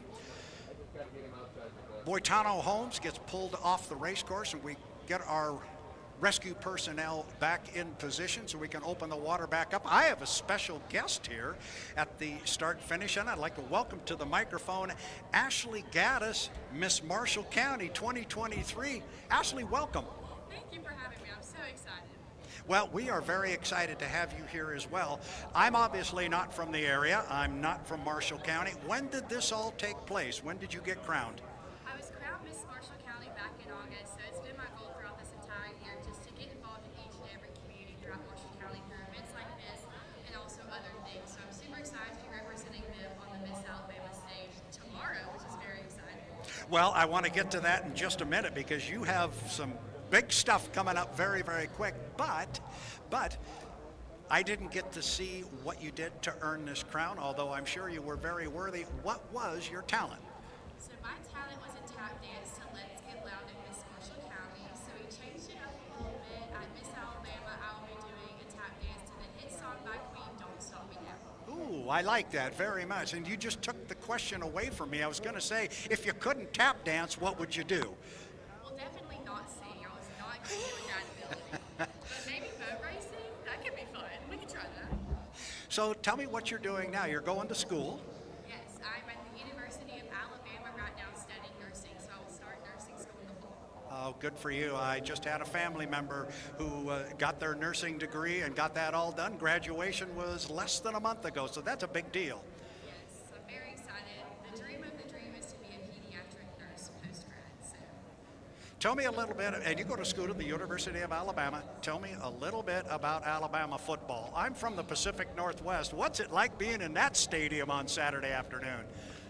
Like we were talking earlier, football is definitely a religion in Alabama, and stands true at the University of Alabama, so I'm very grateful to go to a school that has such a heavy emphasis on athletics, but also along with academics, as we have one of the best nursing programs in the country. Very, very good. Now, I have to ask this question. We got the world's fastest race boats here out on the water. You've been down here and watched these boats before? I have. Being from Marshall County, Hydrofest is definitely one of my favorite events of the year, so I'm super happy to be back as Miss Marshall County this year. And I think you told me you met some of the drivers a couple of years ago. You got to try and get that done this year? Absolutely. I do plan to go my way to the pit and meet these drivers and see these incredible boats and just get the full experience of this amazing event. Have you got a favorite boat? That's a tough one. I don't have a favorite, no, all of them. And none of the boats can hear us over, none of the teams can hear us over there. So actually they can. So yeah, you probably don't want to answer that one. Now let's get to the big stuff. Tomorrow you're headed down to the Miss Alabama pageant. Are you excited? I am very excited. It's been a dream of about 5 years to represent Marshall County on the Miss Alabama stage, so it's really cool to see it come to fruition this year. Well, good for you. We will absolutely wish you the best of luck. How many people will be in that competition? 42 girls from the state of Alabama. Wow, 42. That's Dustin Eckles in the U40 bucket list racing. He puts a hot lap in the books, but I still have to throw that line in every once in a while. So we really appreciate you coming down here and talking to us. I think everybody here in Marshall County and in this entire state of Alabama wishes you the very best of luck next week. That's going to be a big deal. What would it mean? What would you do? Have you even thought about that? What kind of a reaction would you have? I haven't thought about the reaction per se, but I definitely have a lot of goals and a lot of ambitions if I am chosen to be the next Miss Alabama. Do me a favor. As I said to you earlier, I'm an old guy. I've been around the block a few times. Never stop dreaming. Thank you. I appreciate it. Thank you all for having me at Hydrofest this year. This is Miss Marshall County, Ashley Gaddis. We're all wishing you the best of luck next week. Good luck, my friend. Thank you. All right, Ashley Gaddis, Marshall County, Miss Marshall County. You are very welcome, young lady, and good luck. 168 on the first lap for the U40 and bucket list racing.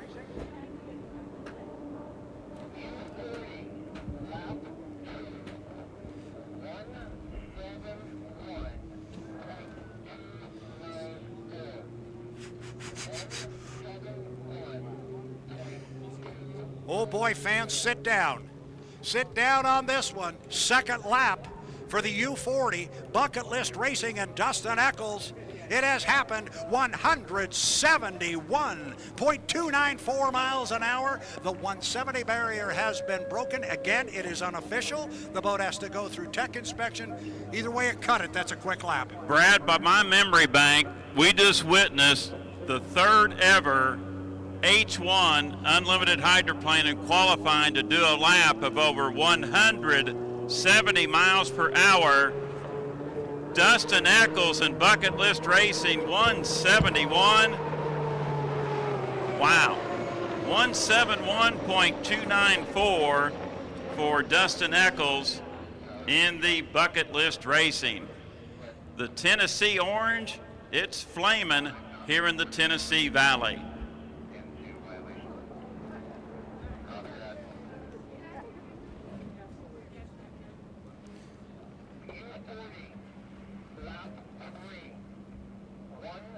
Just getting word the speed of J. Michael Kelly set earlier of 168.785. That will be tossed due to a technical violation, an N2 violation on J. Michael Kelly with the 168.785. But we just seen a phenomenal lap posted by Dustin Eckles in the Bucket List Racing, over 171 miles per hour.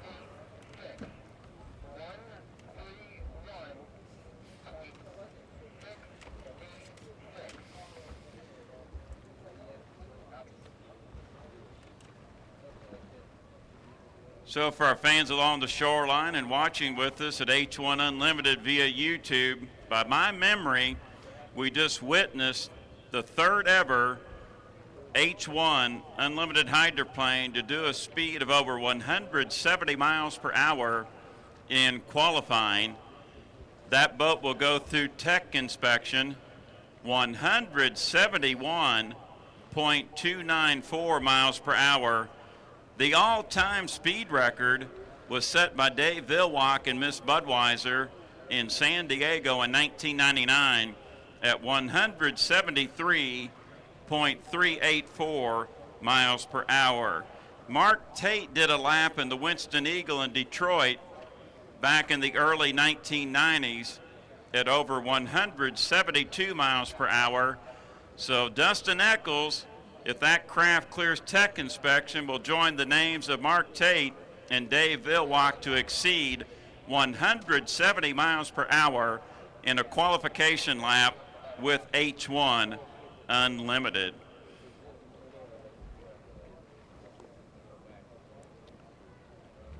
Coming up at 10 a.m., we'll begin our pit tours.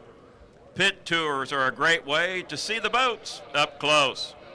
For those of you with the Ultimate Pass or the club level ticket, make sure you get over to the pits today.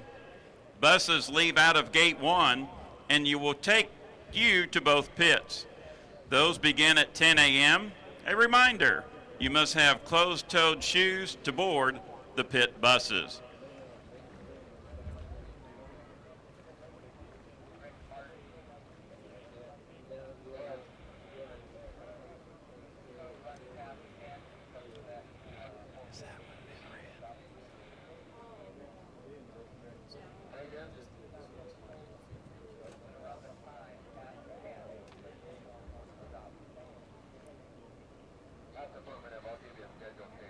Make sure you visit the Hydrofest food trucks for a great snack.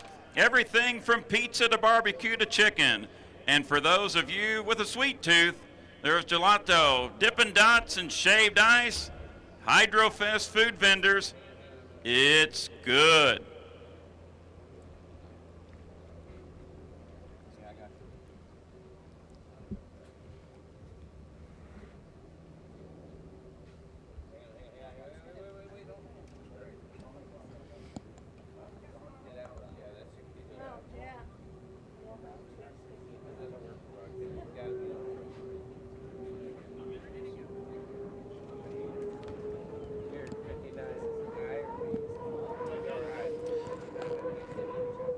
I'd like to thank all of our sponsors at this year's Guntersville Lake Hydrofest.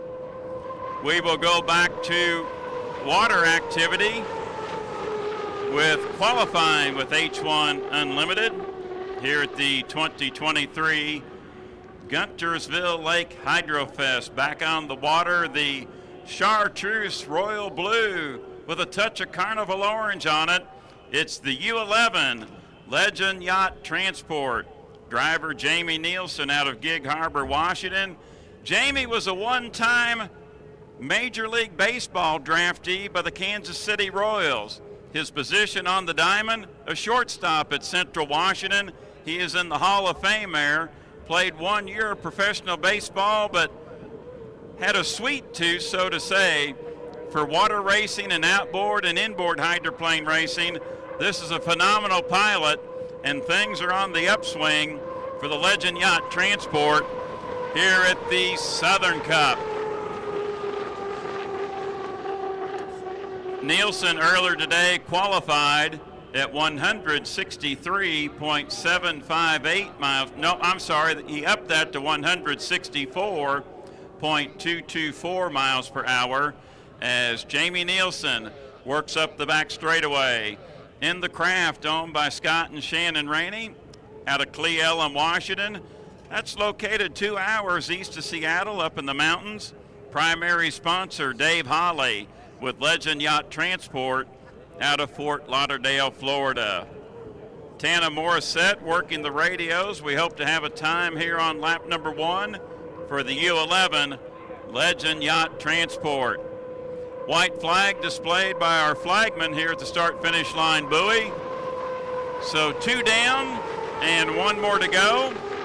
Each time the H1 Unlimiteds go out on the race course, they can run up to 3 laps on the qualification clock with our timers.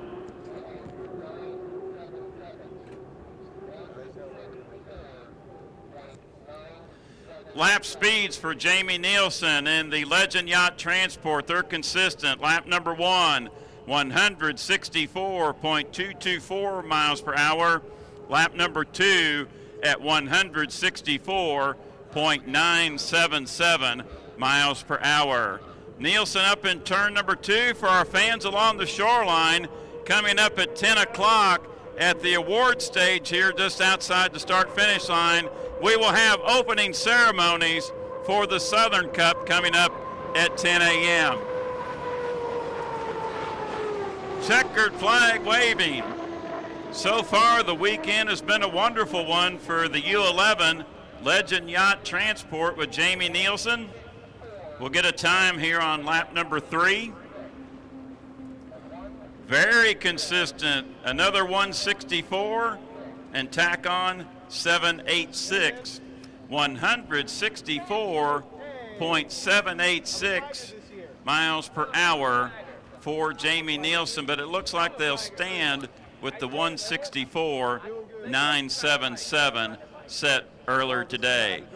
Up next, we have the U91 Miss Goodman Real Estate in the water. We expect to see Andrew Tate out here shortly in Miss Madison Racing's U91 Miss Goodman Real Estate. Tate right now fifth on the ladder, no, 6th on the ladder in qualifying at 164.458 miles per hour. This is the first time. Oh, you've been around.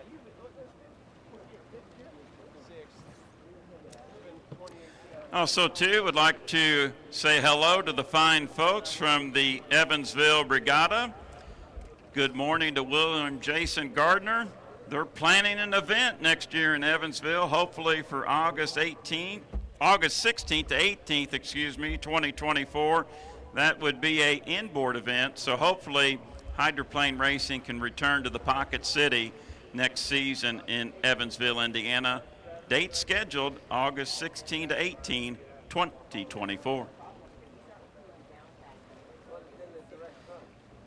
Hydroplane racing next weekend. All 3 of these classes will trek north up to Madison, Indiana for the U.S. Premier Tube Mills Madison Regatta. But we've got a lot of activity still left here in Guntersville. We got to get this Southern Cup crowned along with champions in Grand Prix America and Pro Light presented by Go Lithium.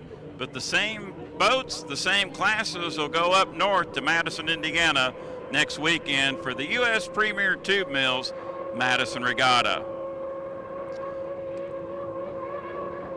Andrew Tate flying the U91 Miss Goodman Real Estate across the start-finish line buoy. He is on the clock. Andrew Tate, 33 years of age, out of Canton, Michigan. And fans along the shoreline and watching at home, the 171.294 mile per hour lap set by Dustin Eckles and Bucket List Racing cleared tech inspection. Let's give that team a round of applause. Bucket List Racing, 171.294 miles per hour. Yowza. Andrew Tate in turn number 2 would love to get to the 170 barrier. In the dominant gold and white with the black trim, U91 Miss Goodman Real Estate. Lap 1 complete here in qualifying with 2 to go. Tate, we mentioned, out of Canton, Michigan, a one-time APBA Gold Cup champion, driving for Mike and Lori Jones in the Delta Real Track. Lap number 1 for Andrew Tate, 165.307 miles per hour, 165.307 for Andrew Tate in the U91 Miss Goodman Real Estate. Boat sponsor is John Goodman, a well-established business owner and community contributor in the Puget Sound region of Washington State. He loves hydroplane racing. John Goodman, an excellent client for Miss Madison Racing. Tate flies it across the start-finish line buoy. 2 in the books and 1 more time around in qualifying for Andrew Tate in Miss Goodman Real Estate. That 165, we'll see if it can go a little bit quicker. Exiting turn number 1. This lap just a touch faster at 165.923 miles per hour. 165.923 for Andrew Tate. 2.5 mile course reconfigured by the regatta committee here in Guntersville. Each turn 2,094 feet, 2.5 miles around the South's fastest water. And Tate flying the boat across the start-finish line buoy. And that will conclude his run here in qualifying on this Saturday morning in Guntersville. And it's the fastest of the weekend for the Goodman Real Estate. 167.078 miles per hour. 167.078 for Andrew Tate in U91 Miss Goodman Real Estate.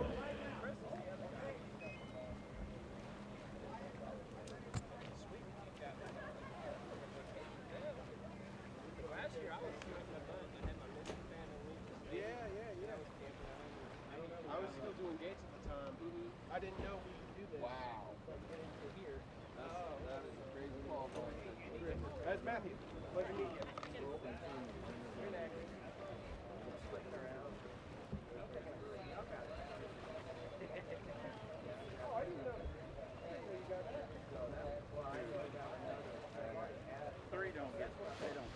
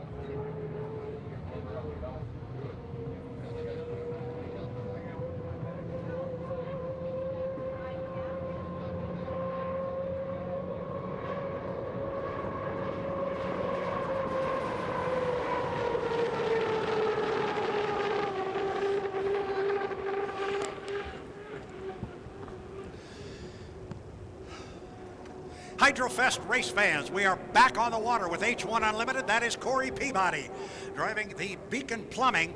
He is still, Jeff, he's still in his qualification session because he did not get the opportunity prior to opening ceremonies to get to run their second run. So this is our last H1 Unlimited qualification run. It belongs to Corey Peabody.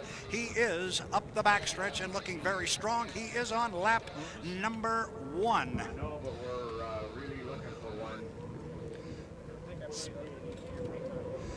Looking for Corey's earlier run here. Corey had a quick lap earlier this morning of 167.320. He will be looking to improve on that. Walking the spot since Corey Peabody driving a Beacon Plumbing.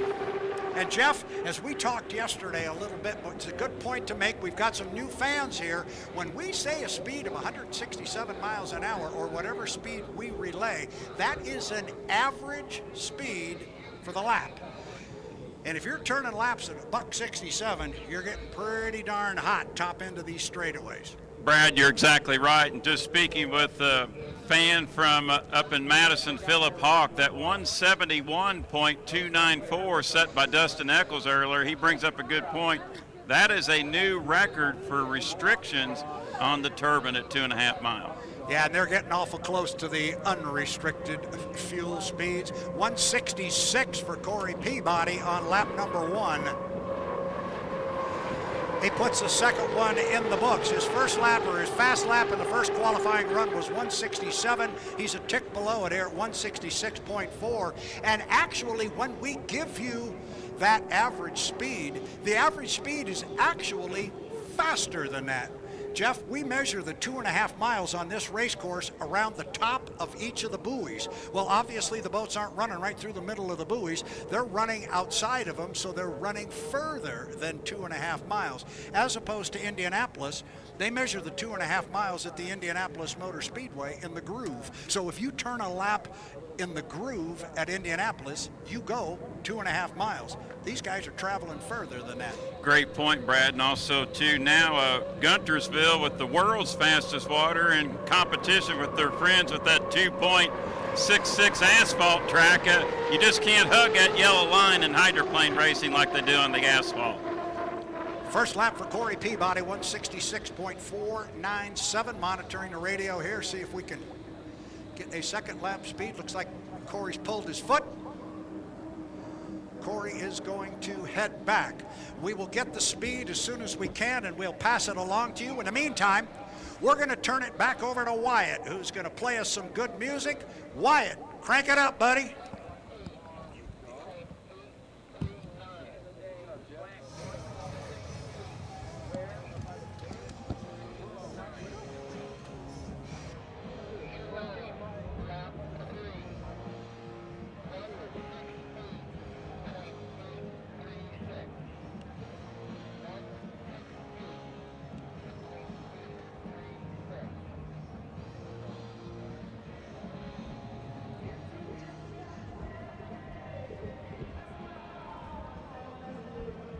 Okay?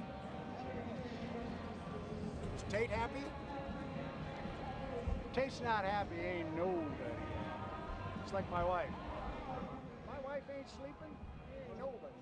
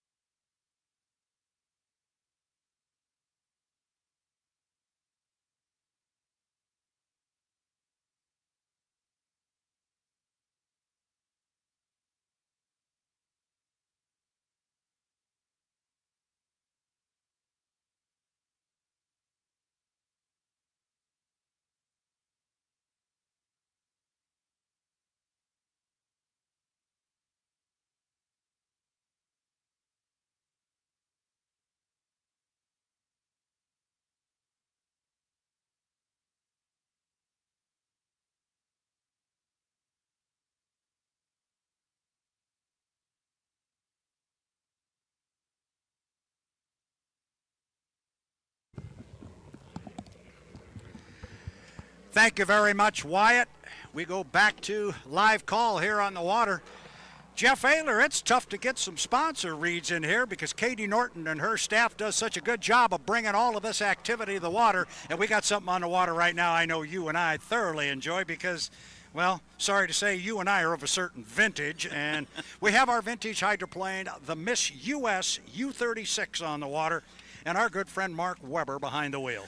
Oh, incredible to see Jay Armstrong bring the U-36 Miss US 4 back to Lake Guntersville. Mark Weber in the cockpit out of Washington, Michigan. And Brad, this boat built by the legendary Henry Lauterbach back in the day, started in 1956, and its career as an unlimited racing vessel was not that successful. Competed in 2-3 races, but it has been a gorgeous piece in the vintage category. Mark off the corner, giving it a cough and a spit. The tail goes up, clean her out. Absolutely. Mark Weber driving a Miss US, the U-36. Boat sounds good. I'll tell you what, Jeff. Interesting point about this boat. You mentioned when it came on the circuit in 1957. It was built by Henry Lauterbach for George Simon. Interesting fact, I don't know if you're aware of this, but George Simon actually had 2 new Miss US boats in 1957. When was the last time an owner came out with 2 new boats? About as close as we've ever gotten is the amount of work that was done this year on the 8 and the 9. But 2 brand new hydroplanes. The other one got all the notoriety because it set the world straightaway speed record, I think here in Guntersville, Alabama in 1962, 200.419 miles an hour. Not that we might remember that. And that's where the South's fastest water really got started. And this boat showed up at its first race at the 1957 Gold Cup in Seattle. And for those that are really geeks of hydroplane racing and want to go back and watch some fun footage, go on the Hydro History page and look at some video that's on there. You'll see many videos shot of this boat trying to qualify for that event, and the boat just did not want to respond. The other one took off like a rocket. They put their emphasis on that boat, and as you said, this one had a little bit of a slower pass. I talked to Mr. Armstrong a year ago. I believe it was here. Yes, it was. We had the conversation. He refers to the boat as the Miss US U-36. It technically back in the day was a Miss US 4, but he likes the fact that the boat runs better now than it did in 1957, and he wants to basically kind of rename it. It is the Miss US U-36. Wave at Mark Weber. This is something you can't do in today's hydroplanes. You can wave at the driver and he can interact with the fans. Mark knows what that's all about, but really good to have them here. Oh, it's wonderful to see the Miss US back in Lake Guntersville. As Brad, you mentioned, last year we celebrated the 60-year anniversary of the world straightaway record set by a propeller-driven hydroplane back here in 1962 at 200.419 miles per hour. Beautiful shot from our drone as we got luxury of the monitor here through H1 Unlimited, through YouTube. Brian Montgomery doing a great job flying with Lisa Cornier and the staff. But great to see a flash from the past with the Miss US 4 here this weekend. And Brad, you interviewed the Simons here last year with the world record straightaway boat. It was on display behind us here, and it's my understanding that they're trying to restore it, and they're going to put the Rolls-Royce Merlin in it. And if that boat can be restored with that Merlin, that will be quite excitement for fans of vintage hydroplane racing. If they do, it will be a beauty. Thank you very much, Jeff Ayler. We're going to send it back to Wyatt in the studio. Crank up some tunes, Wyatt. We've got next up on the schedule is Grand Prix racing. Time to go racing, but Wyatt, entertain us.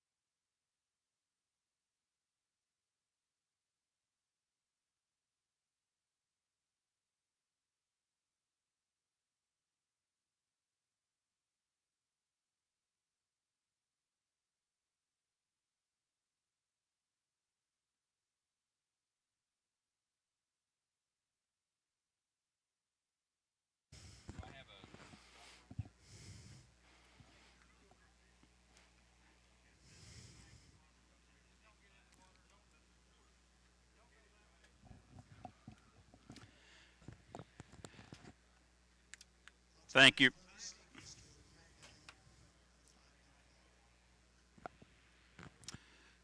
Thank you, Brad. Coming up, Guntersville Chevrolet Grand Prix Heat 1.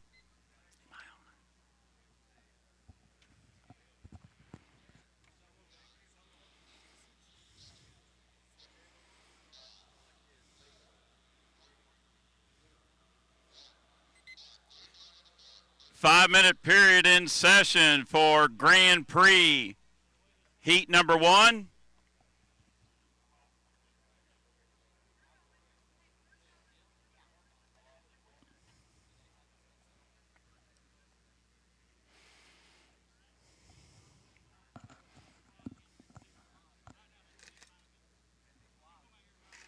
Boats are in the water for Guntersville Chevrolet Grand Prix America Heat number 1. Guntersville Chevrolet, who has several trucks located in Zone 2 for display. Thank you to Guntersville Chevrolet for supporting Hydrofest. Brad Luce, we've got a great fan contingent along the shoreline. Lots of folks from Madison, Indiana, where I'm from. We're 4:05 away from the start, and it's time to crank 'em up. I think a few of them have already got it cranked up. We got Rooster Tails heading our way. Our first heat of competition for the 2023 Lake Guntersville Hydrofest. Jeff, we're going to go 4 times around this race course. They came out at the 5-minute mark. That's when they were legally able to do that. I believe you've got a rundown there of our boats. I also believe, if I'm not mistaken, somebody sitting at this table got a tour of Guntersville Chevrolet here a couple days ago. How about that? I did, Brad, and it was a great tour at Guntersville Chevrolet. I got to meet a lot of the staff there, and luckily I had a name badge because of my employment with Chandler Chevrolet up in Madison, Indiana. But Guntersville Chevrolet, thank you for your sponsorship here of Grand Prix America Heat number 1. 5 boats will answer the call. These are the second largest hydroplanes on the planet. 24-foot length, 12-foot width. All boats powered by the 468 cubic inch big block automobile engine. 2,700 pound of racing trim. These boats are well capable of reaching 170 miles per hour. But here in competition, Brad, at the end of each shoot, we're looking at probably about 130, 140 mile per hour, as we now are 2 minutes and 30 seconds until the start, until Guntersville Chevrolet Grand Prix America Heat 1. Boat by the start-finish line, dominant orange with the checkered flag effect. That is GP 79 Reliable Diamond Tool. Jeff Bernard is the driver out of Kent, Washington. Yellow boat off turn number 2, the dominant yellow. That is the GP 15 Stettner Construction Group. Greg Hopp chauffeurs out of Lake Stevens, Washington. The multicolored green craft is the GP 88 Jack's Bar and Grill presents Sunbelt Rentals. Bobby King drives out of Shelby Township, Michigan. And our final boat entering turn number 1, dominant white with the red, white, and blue effect. That is the GP 35 River City Printing, Brandon Kennedy pilots out of Newark, Delaware.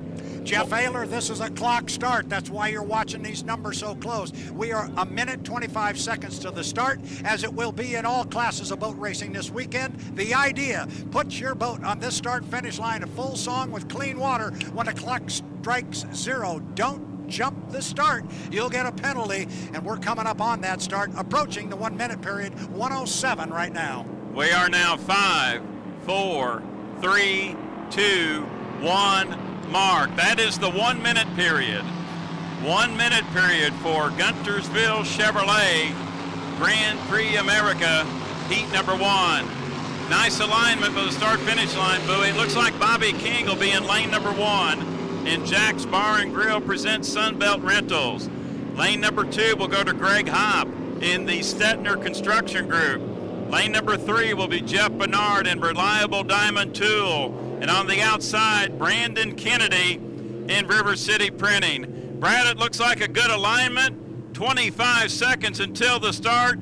Guntersville, let's start the Southern Cup for Grand Prix America. We are now 15 seconds away. They'll start to crank up these big block 460 gates. 10 seconds. This should be a super start. We now are 5, 4, 3, 2, 1, mark, and we're racing in Guntersville Chevrolet Heat number 1 in Grand Prix America. Bobby King was there first. The start is under review. King, your leader. Brad, he's got company on the outside. Yeah, he certainly does. You got all 4 boats coming off that corner pretty close together. The start is under review. Bobby King was awfully tight on that, but look at the speed on the outside. Brandon Kennedy trying to make up ground on the outside. Hop is starting to drop back a little bit. Now it's a 3-boat run up front, but it is Bobby King off the corner first. And then it is Bernard and Brandon Kennedy. Lap 1 complete. Bobby King leads it. Jack's Bar and Grill presents Sunbelt Rentals. We got a dynamite battle for second.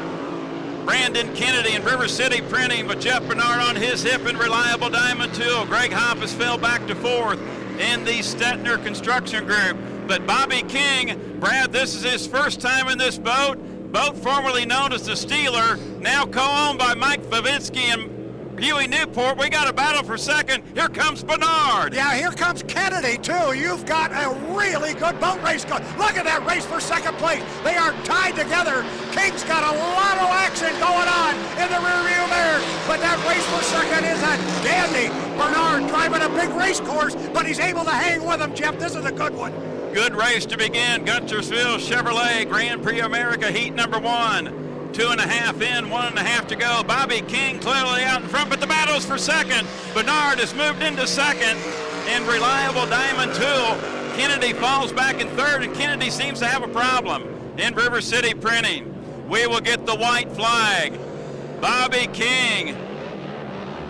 It's the Hydrofish, but here in Guntersville, it's Jack's Bar and Grill presents Sunbelt Rentals comfortably in front. And Bernard trying to run down. King in front, Bernard in second, Kennedy in third, Hop in fourth.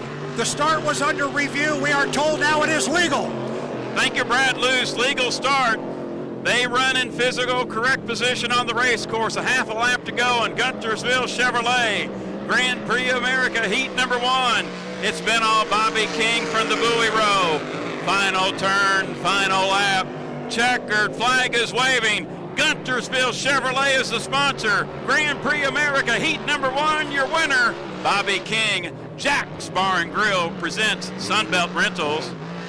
Jeff Bernard will cross to get second in the Reliable Diamond Tool.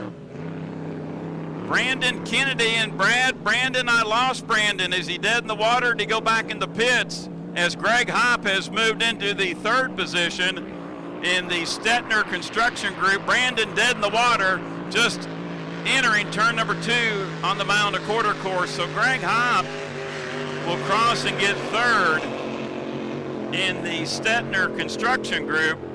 Brandon Kennedy will get an unfortunate did not finish in the River City Printing. Guntersville Chevrolet was the sponsor of Grand Prix America Heat number 1. Stop by Guntersville Chevrolet, see if they can hook you up with a 468 cubic inch engine in one of their trucks. Jeff, you are the voice of Grand Prix America. You know these boats, you know these teams, you know the drivers, you know everything about this particular class. As my good friend Greg Hopp comes off the top end of the race course, representing the Pacific Northwest, and we're very glad to have them here. Hopper will come down and finish in third place. But I want to tell you what I saw in that particular heat. In an outside lane, Mr. Bernard came to play. Well, this new course design, you're right, Brad. The outer boats still have a shot. With a lot of boat speed, they can keep that boat above the water, use that power, use that acceleration. Don't have to work that canard wing as much up in the front, but great way to begin the day of racing here at Guntersville at the Hydrofest. Race fans, we want to hear from you. What you think? I think it was good, and our special thanks to Guntersville Chevrolet for Grand Prix Heat 1. Jeff, we're going to step away. We're going to throw it back to Wyatt, back behind us in the studio. Wyatt, crank up some tunes for us.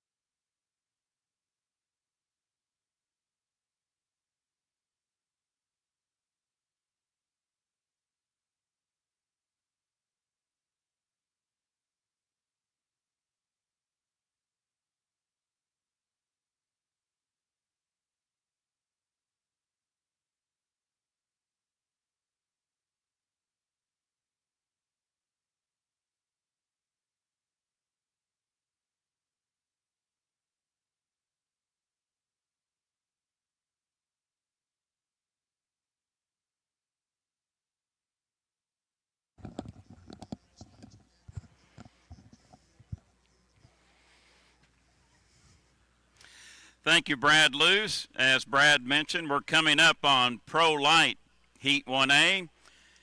Pro Light Heat 1A sponsored by Citizens Bank and Trust. Small bank, big difference. Citizens Bank and Trust has sponsored Hydrofest since the first race in 2018. We thank you for your continued support. Citizens Bank and Trust.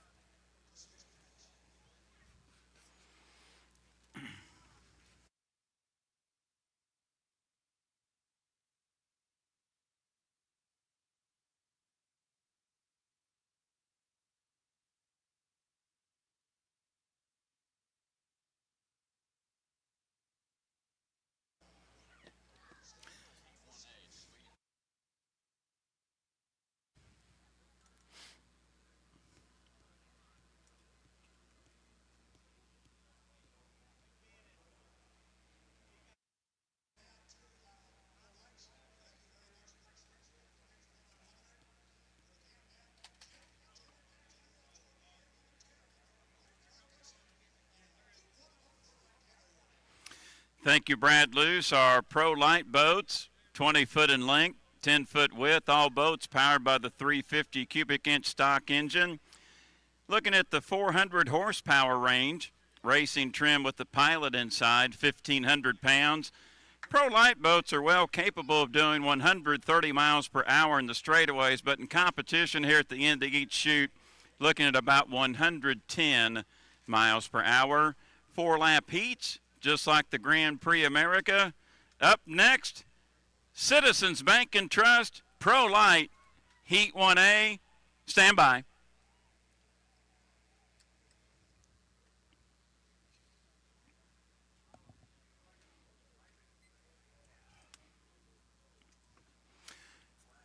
Five-minute period in session for Pro Light, Heat 1A, sponsored by Citizens Bank and Trust. As Brad mentioned earlier, the Pro Light boats are pitted well to our right, and we'll see them appear underneath the causeway as we're expecting them to appear here very shortly. I can hear them.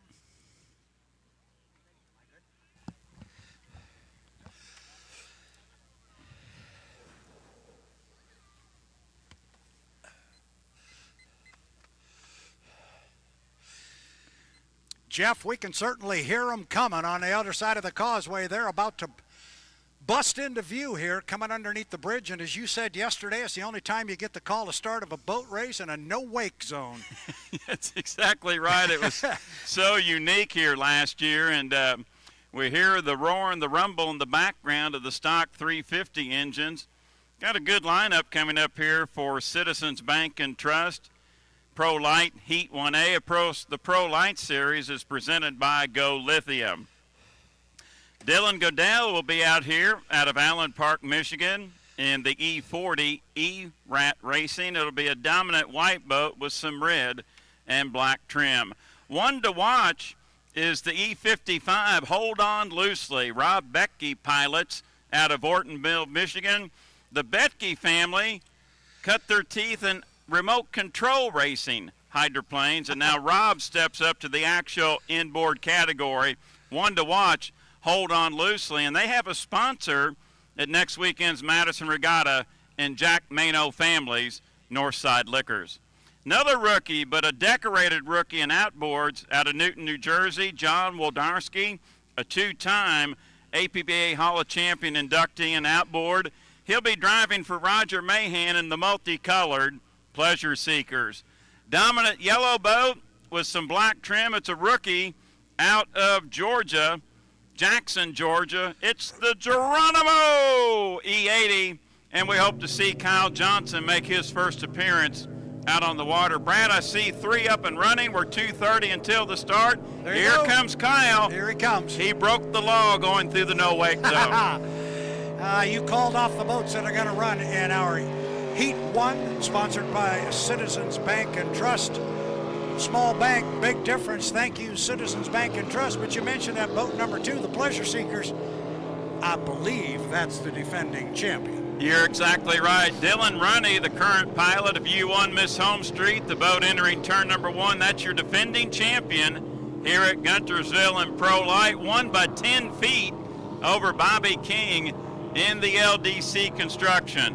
150 until the start. All 4 boats are up and running. Citizens Bank and Trust Pro Light Heat 1A here at the 2023 Guntersville Lake Hydrofest.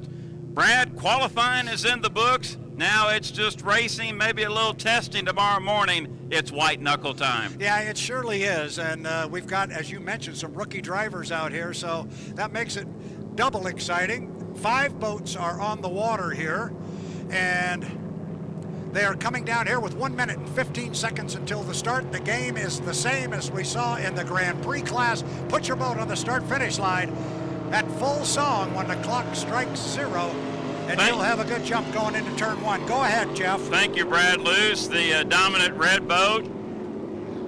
Late second entrant here in Citizens Bank and Trust Pro Light Heat 1A. That's Buddy Benedict in Benedict Racing. Buddy hails out of the Pocket City of Evansville, Indiana. We are now 40 seconds until the start. Field assembling on the back chute. Led up there by Rob Betke in the Hold On Loosely, followed by Buddy Benedict and Benedict Racing. The Geronimo, Kyle Johnson. Now here comes John Woldarski up in the Pleasure Seekers. And Brad, did we lose Dylan Goodell in the E-Rat? I don't see him.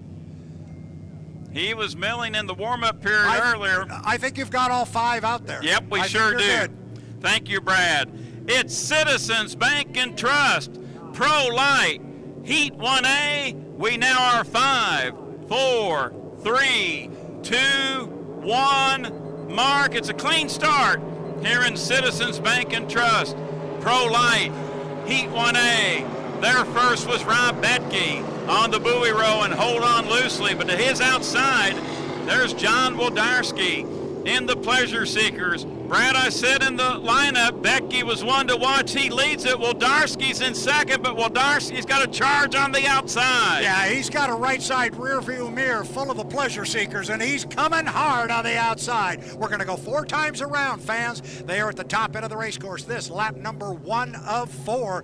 Betke on the inside. That's the preferred lane position, but there's a lot of speed on his outside. That's going to be Woldarski, and he's coming in that boat that won here a year ago. He's got a little over 3 laps to run him down, Jeff.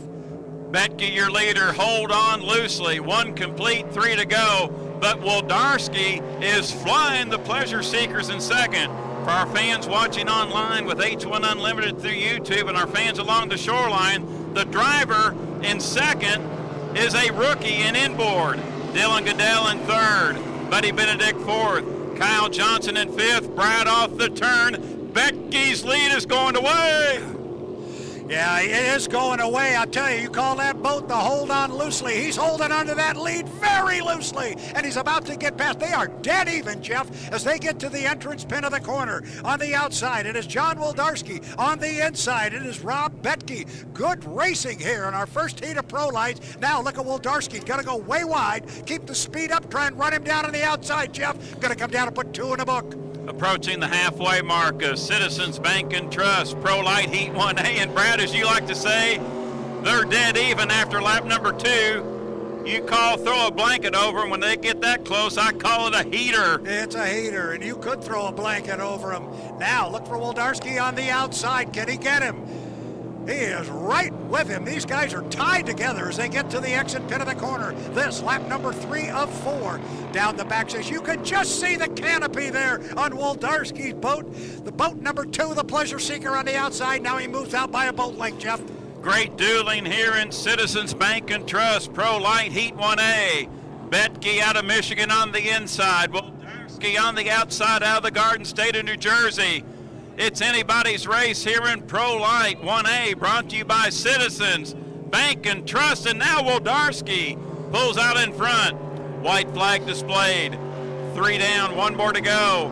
And Brad, with these big turns, Woldarski took advantage on the outside, keeping his foot to the floorboard. Yeah, now Betke's got the lane position, but right now he's given ground. Woldarski took him 3 laps to get around him, but he's gotten around him now, and he's got almost a rooster tail, but he is on the outside. Still got a little over a half a lap to go. Bring him home, Jeff. John Woldarski now making a rooster tail lead over Rob Betke in second. Dylan Goodell in third. Kyle Johnson has moved to fourth. We have lost Buddy Benedict, the dominant red boat. Final turn, final lap. Benedict dead in the water just outside the insurance marker here on the front chute. Citizens Bank and Trust, your sponsor. Pro Light. Heat 1A is in the books. Your winner, John Woldarski. Pleasure Seekers. Good run from Rob Betke in the second spot in the Hold On Loosely. We will bring our third and fourth place finishers to the line. Dylan Goodell off turn number 2 in E-Rat Racing. Goodell will get the third place finish. And Kyle Johnson, the rookie out of Georgia, will get the 4th spot in Geronimo. That's 2 pretty good heats of racing we've had to start our activity on the water here, Jeff Ayler. We started with H1 qualifying and lit up the scoreboard with those speeds. Now we've had a couple very competitive heats of racing. Next up on our schedule, Unlimited Heat 1A, sponsored by American Dumpster. It is set to come on at 11:30, so about 25 minutes from right now, the boats will be on the start-finish line.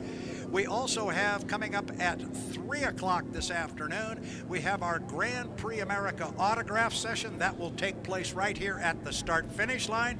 Also want to talk about an autograph session for H1 Unlimited drivers. They will be coming over from the pits around 3:30, and they will hang out in front of the stage here at Start Finish to sign autographs and visit with fans. Come by and meet our 2023 H1 drivers at 3:30 this afternoon. Also want to remind everybody that about 12:15 or 12:30, we're going to have Brent Hall here at the Start Finish line. He and I are going to be up on the award stage. We're going to do a Q&A, and the best part about it, Jeff Ayler, I'm not going to be asking the questions. The questions are going to come from you, the fans. Very good racing. Have you got a speed at all on that, Jeff? Kick it out, and we're going to get it back to Wyatt. Yeah, John Woldarski, that heat was running 3 minutes and 24 seconds. That calculates out to an average of just over 88 miles per hour. So not bad for a rookie driver getting in the sport. 88 miles per hour for John Woldarski in the Pleasure Seekers. Getting ready for H1 Unlimited Heat 1A, presented by American Dumpster. It's scheduled to go at 11:30. In the meantime, we'll kick it back to Wyatt in the studio. Spin us some good sound, Wyatt.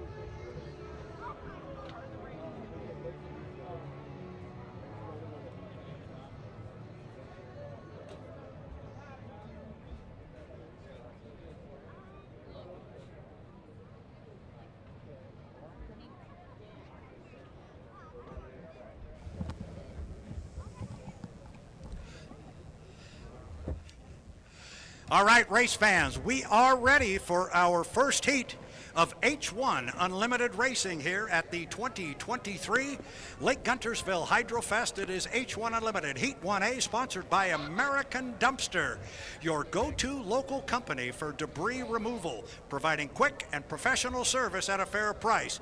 Visit their booth in Zone 2 to meet their team. Jeff Ayler, it's American Dumpster. They've been on board at this event before, and we are so glad to have them. Met them Thursday night at the street party. I was walking by and they said, "You look thirsty." They were handing out water at the street party. Appreciated that, and I thanked them for their sponsorship here once again at the Guntersville Lake Hydrofest.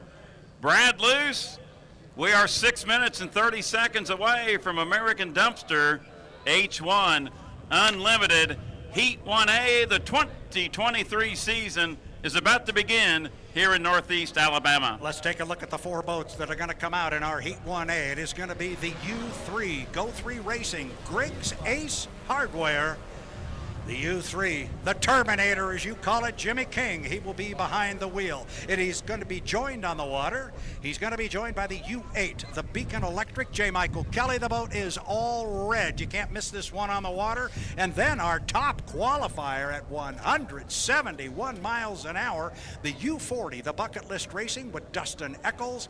And then starting, Jeff, and this is interesting, on the outside and behind the field, is going to be the U1 the Miss Home Street with Dylan Runne. That's because he's a rookie. That's the rule book. That's how it reads. That's what they do. So it's Griggs presents Miss Ace Hardware, the U3 Jimmy King, the U8 Beacon Electric with J. Michael Kelly. Dustin Eckles will pilot our top qualifier, the Bucket List Racing U40. And then the U1, our defending National High Points champion with rookie Dylan Runne, will start behind the field. We're coming up on 5 minutes. We got boats coming across from the pit area. Jeff, it's a little different here than it is at other race courses because they can bring boats out at the 6 minute mark. We are 3 seconds, 2 seconds, 1 mark, 5 minutes. 5 minute period in session for American Dumpster H1 Unlimited Heat 1A, the first boat out, and ironically, your top qualifier. Dustin Eckles in the U40, Bucket List Racing, speed of 171.294 miles per hour. Brad, I mentioned earlier, the dominant color of that craft is Tennessee orange. We are in the Tennessee Valley, and that boat was on fire in qualifying. Dustin Eckles anxious to get this 1A in, but he's got company with J. Michael Kelly, your 2021 Southern Cup winner in the dominant red Beacon Electric. Kelly will be a tough customer to handle, along with King and Runne. Yeah, and I guess it's about time we make the statement we always make when we get to a boat race, and it's time for Heat 1A, this time sponsored by American Dumpster. Jeff, you cannot win the Southern Cup in the first heat of the weekend, but you can certainly lose it. Be careful, finish, and score points. This is the building block. This is the heat. You want to score. You want to score well. You don't want to come out of this heat with the goose egg, which is the 0. This is your building block to get points in the first section, second section, third section, to be on the front row of the Southern Cup Championship tomorrow at 5:30 Central Daylight Time here in Guntersville. 3:25 until the start, 3:25. Dustin Eckles cutting across the race course from the back stretch to the front stretch on the GP course. That is a legal maneuver. Jeff, let's talk a little bit about our start procedure here. It's been basically the same as it's been for our previous 2 classes. It's a clock start. Put your boat on the start-finish line when the clock strikes 0. Do not jump that start. You will be penalized and you will not win.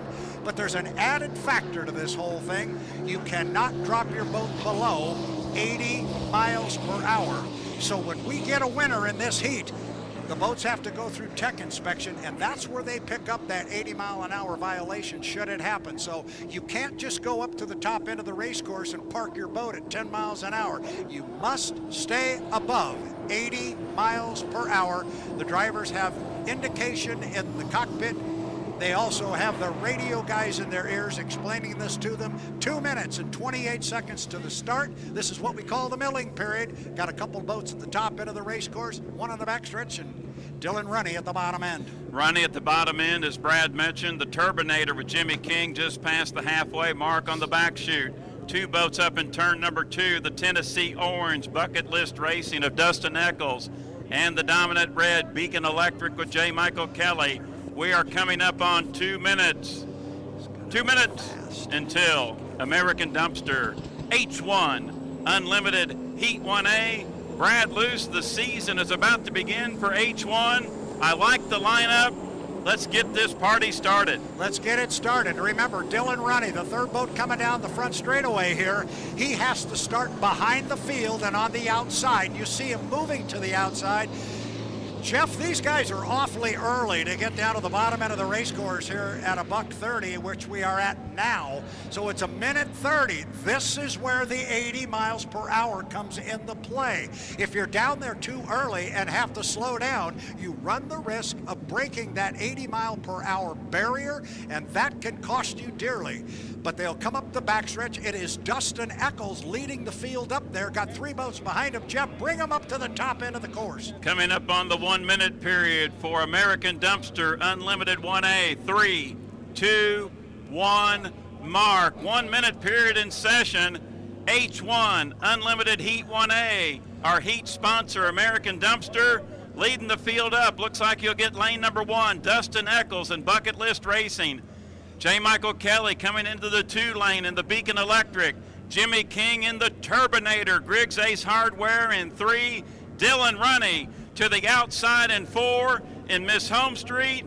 We are approaching 30 seconds. Brad Luce, let's start this Southern Cup. Bring him to the green flag. Thank you very much, Jeff. It looks like J. Michael Kelly's going to claim lane number 1. I think Dustin Eckles is going to go in 2. I think the Turbinator's going to go in 3. And then on the far outside and behind, as he is supposed to, is going to be Dylan Runne. But as we saw, the boats were down there too early. And Dustin Eckles is crawling up to the start-finish line here in the 40. We're inside 10 seconds until our start. We are on 5 seconds. We are 4, 3, 2, 1, mark, and we are racing in Heat 1A, presented by American Dumpster. I think we've got the 40 Bucket List Racing definitely across the start-finish line early, but until we get it legal, we will call them as they are on the water. Eckles is going to get out of the corner first. Check that. It is J. Michael Kelly on the inside. He's got a lot of boats with him. He's got the Turbinator. You can hear him on the outside. There is Eckles. He pulls up alongside J. Michael Kelly and now moves out by about a boat length, maybe a boat length and a half. He may have jumped, Jeff, but man, he's moving. Start is under review. Eckles in front. He could be the culprit.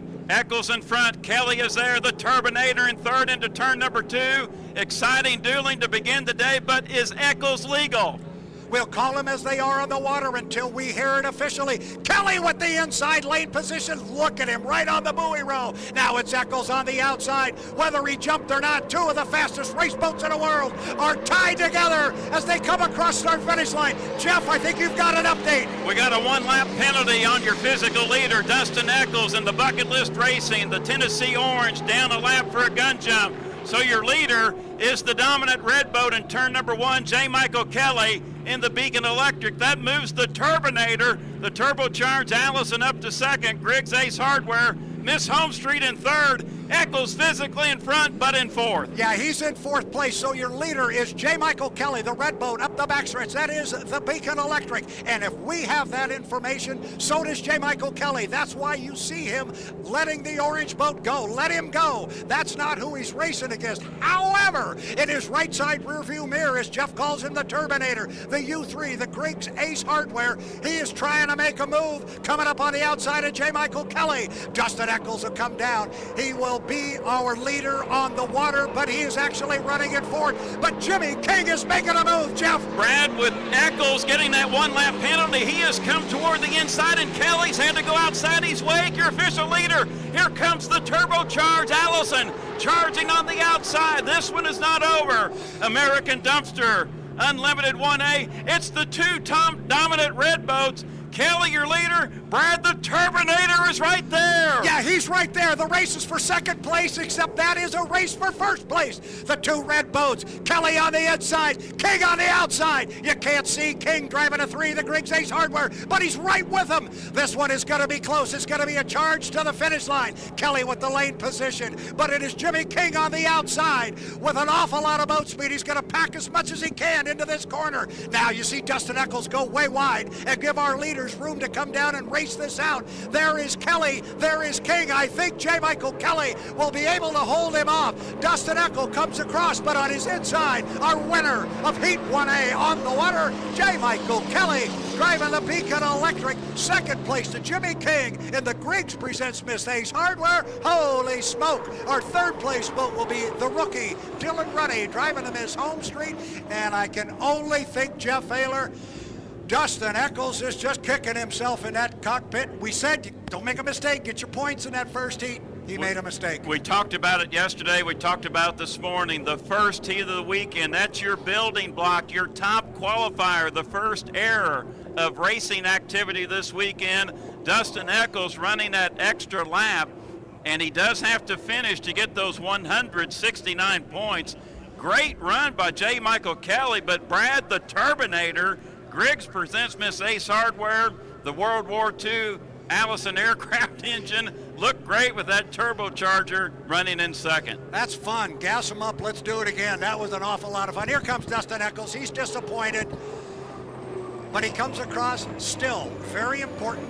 He comes across, he finishes, he will pick up his 169 points. They all build, as you said, with the building blocks toward making it into the final.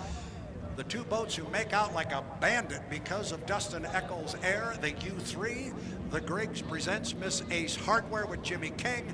They pick up second place points. That's 300.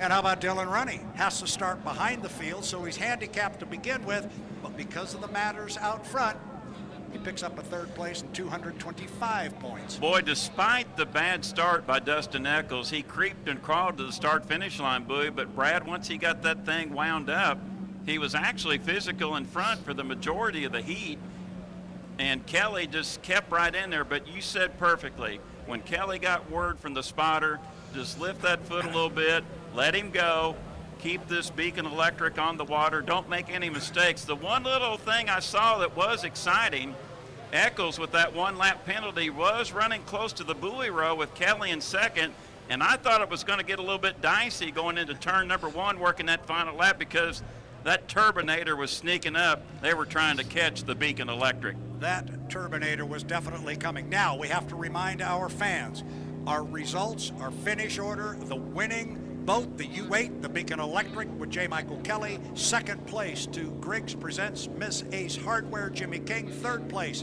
to the Home Street, driven by Dylan Runne. And fourth place to Bucket List Racing and Dustin Eckles. Those results are unofficial.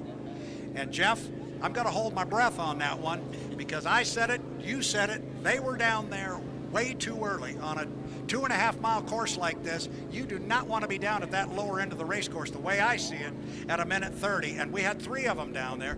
You can do the math. You can sit here and figure it out. You figure out how long it takes you to go 2.5 miles at 80 miles an hour. You're going to find out you go 2 2/3 miles. So 80 miles an hour, if you're here at 2 minutes, just some unofficial timing marks that we work with. Fans, you see our patrol boats heading back toward the pit area. We're going to take a little bit of a break on the water. We'll get some good music going. However, remember, Brent Hall is coming over here between 12:15 and 12:30. We're going to talk to him, ask him all kinds of fun questions. And the best part is you're going to ask the questions, not me. So come and meet Brent Hall. I can only assure you, you will not be disappointed. Getting a great look at the crowd here, Jeff. Take out what is on our monitor here. Fans enjoying it. Yeah, wave. I see people there waving in the front. Yeah, we see you there. Very good. Look, we're getting a little fan interaction here, Jeff. Love it. You guys enjoying the racing so far? I think they are. I think they are. All right. We're going to break and play some music. Come on up. And I'm pointing. You should see this. I'm pointing like you can see me. Now, I can see you. It doesn't work the other way. Come on up and meet Brent Hall up at the start-finish line. He's a great kid. We're going to have some questions with him. Wyatt, spin some discs. Let's go. Let's have some fun.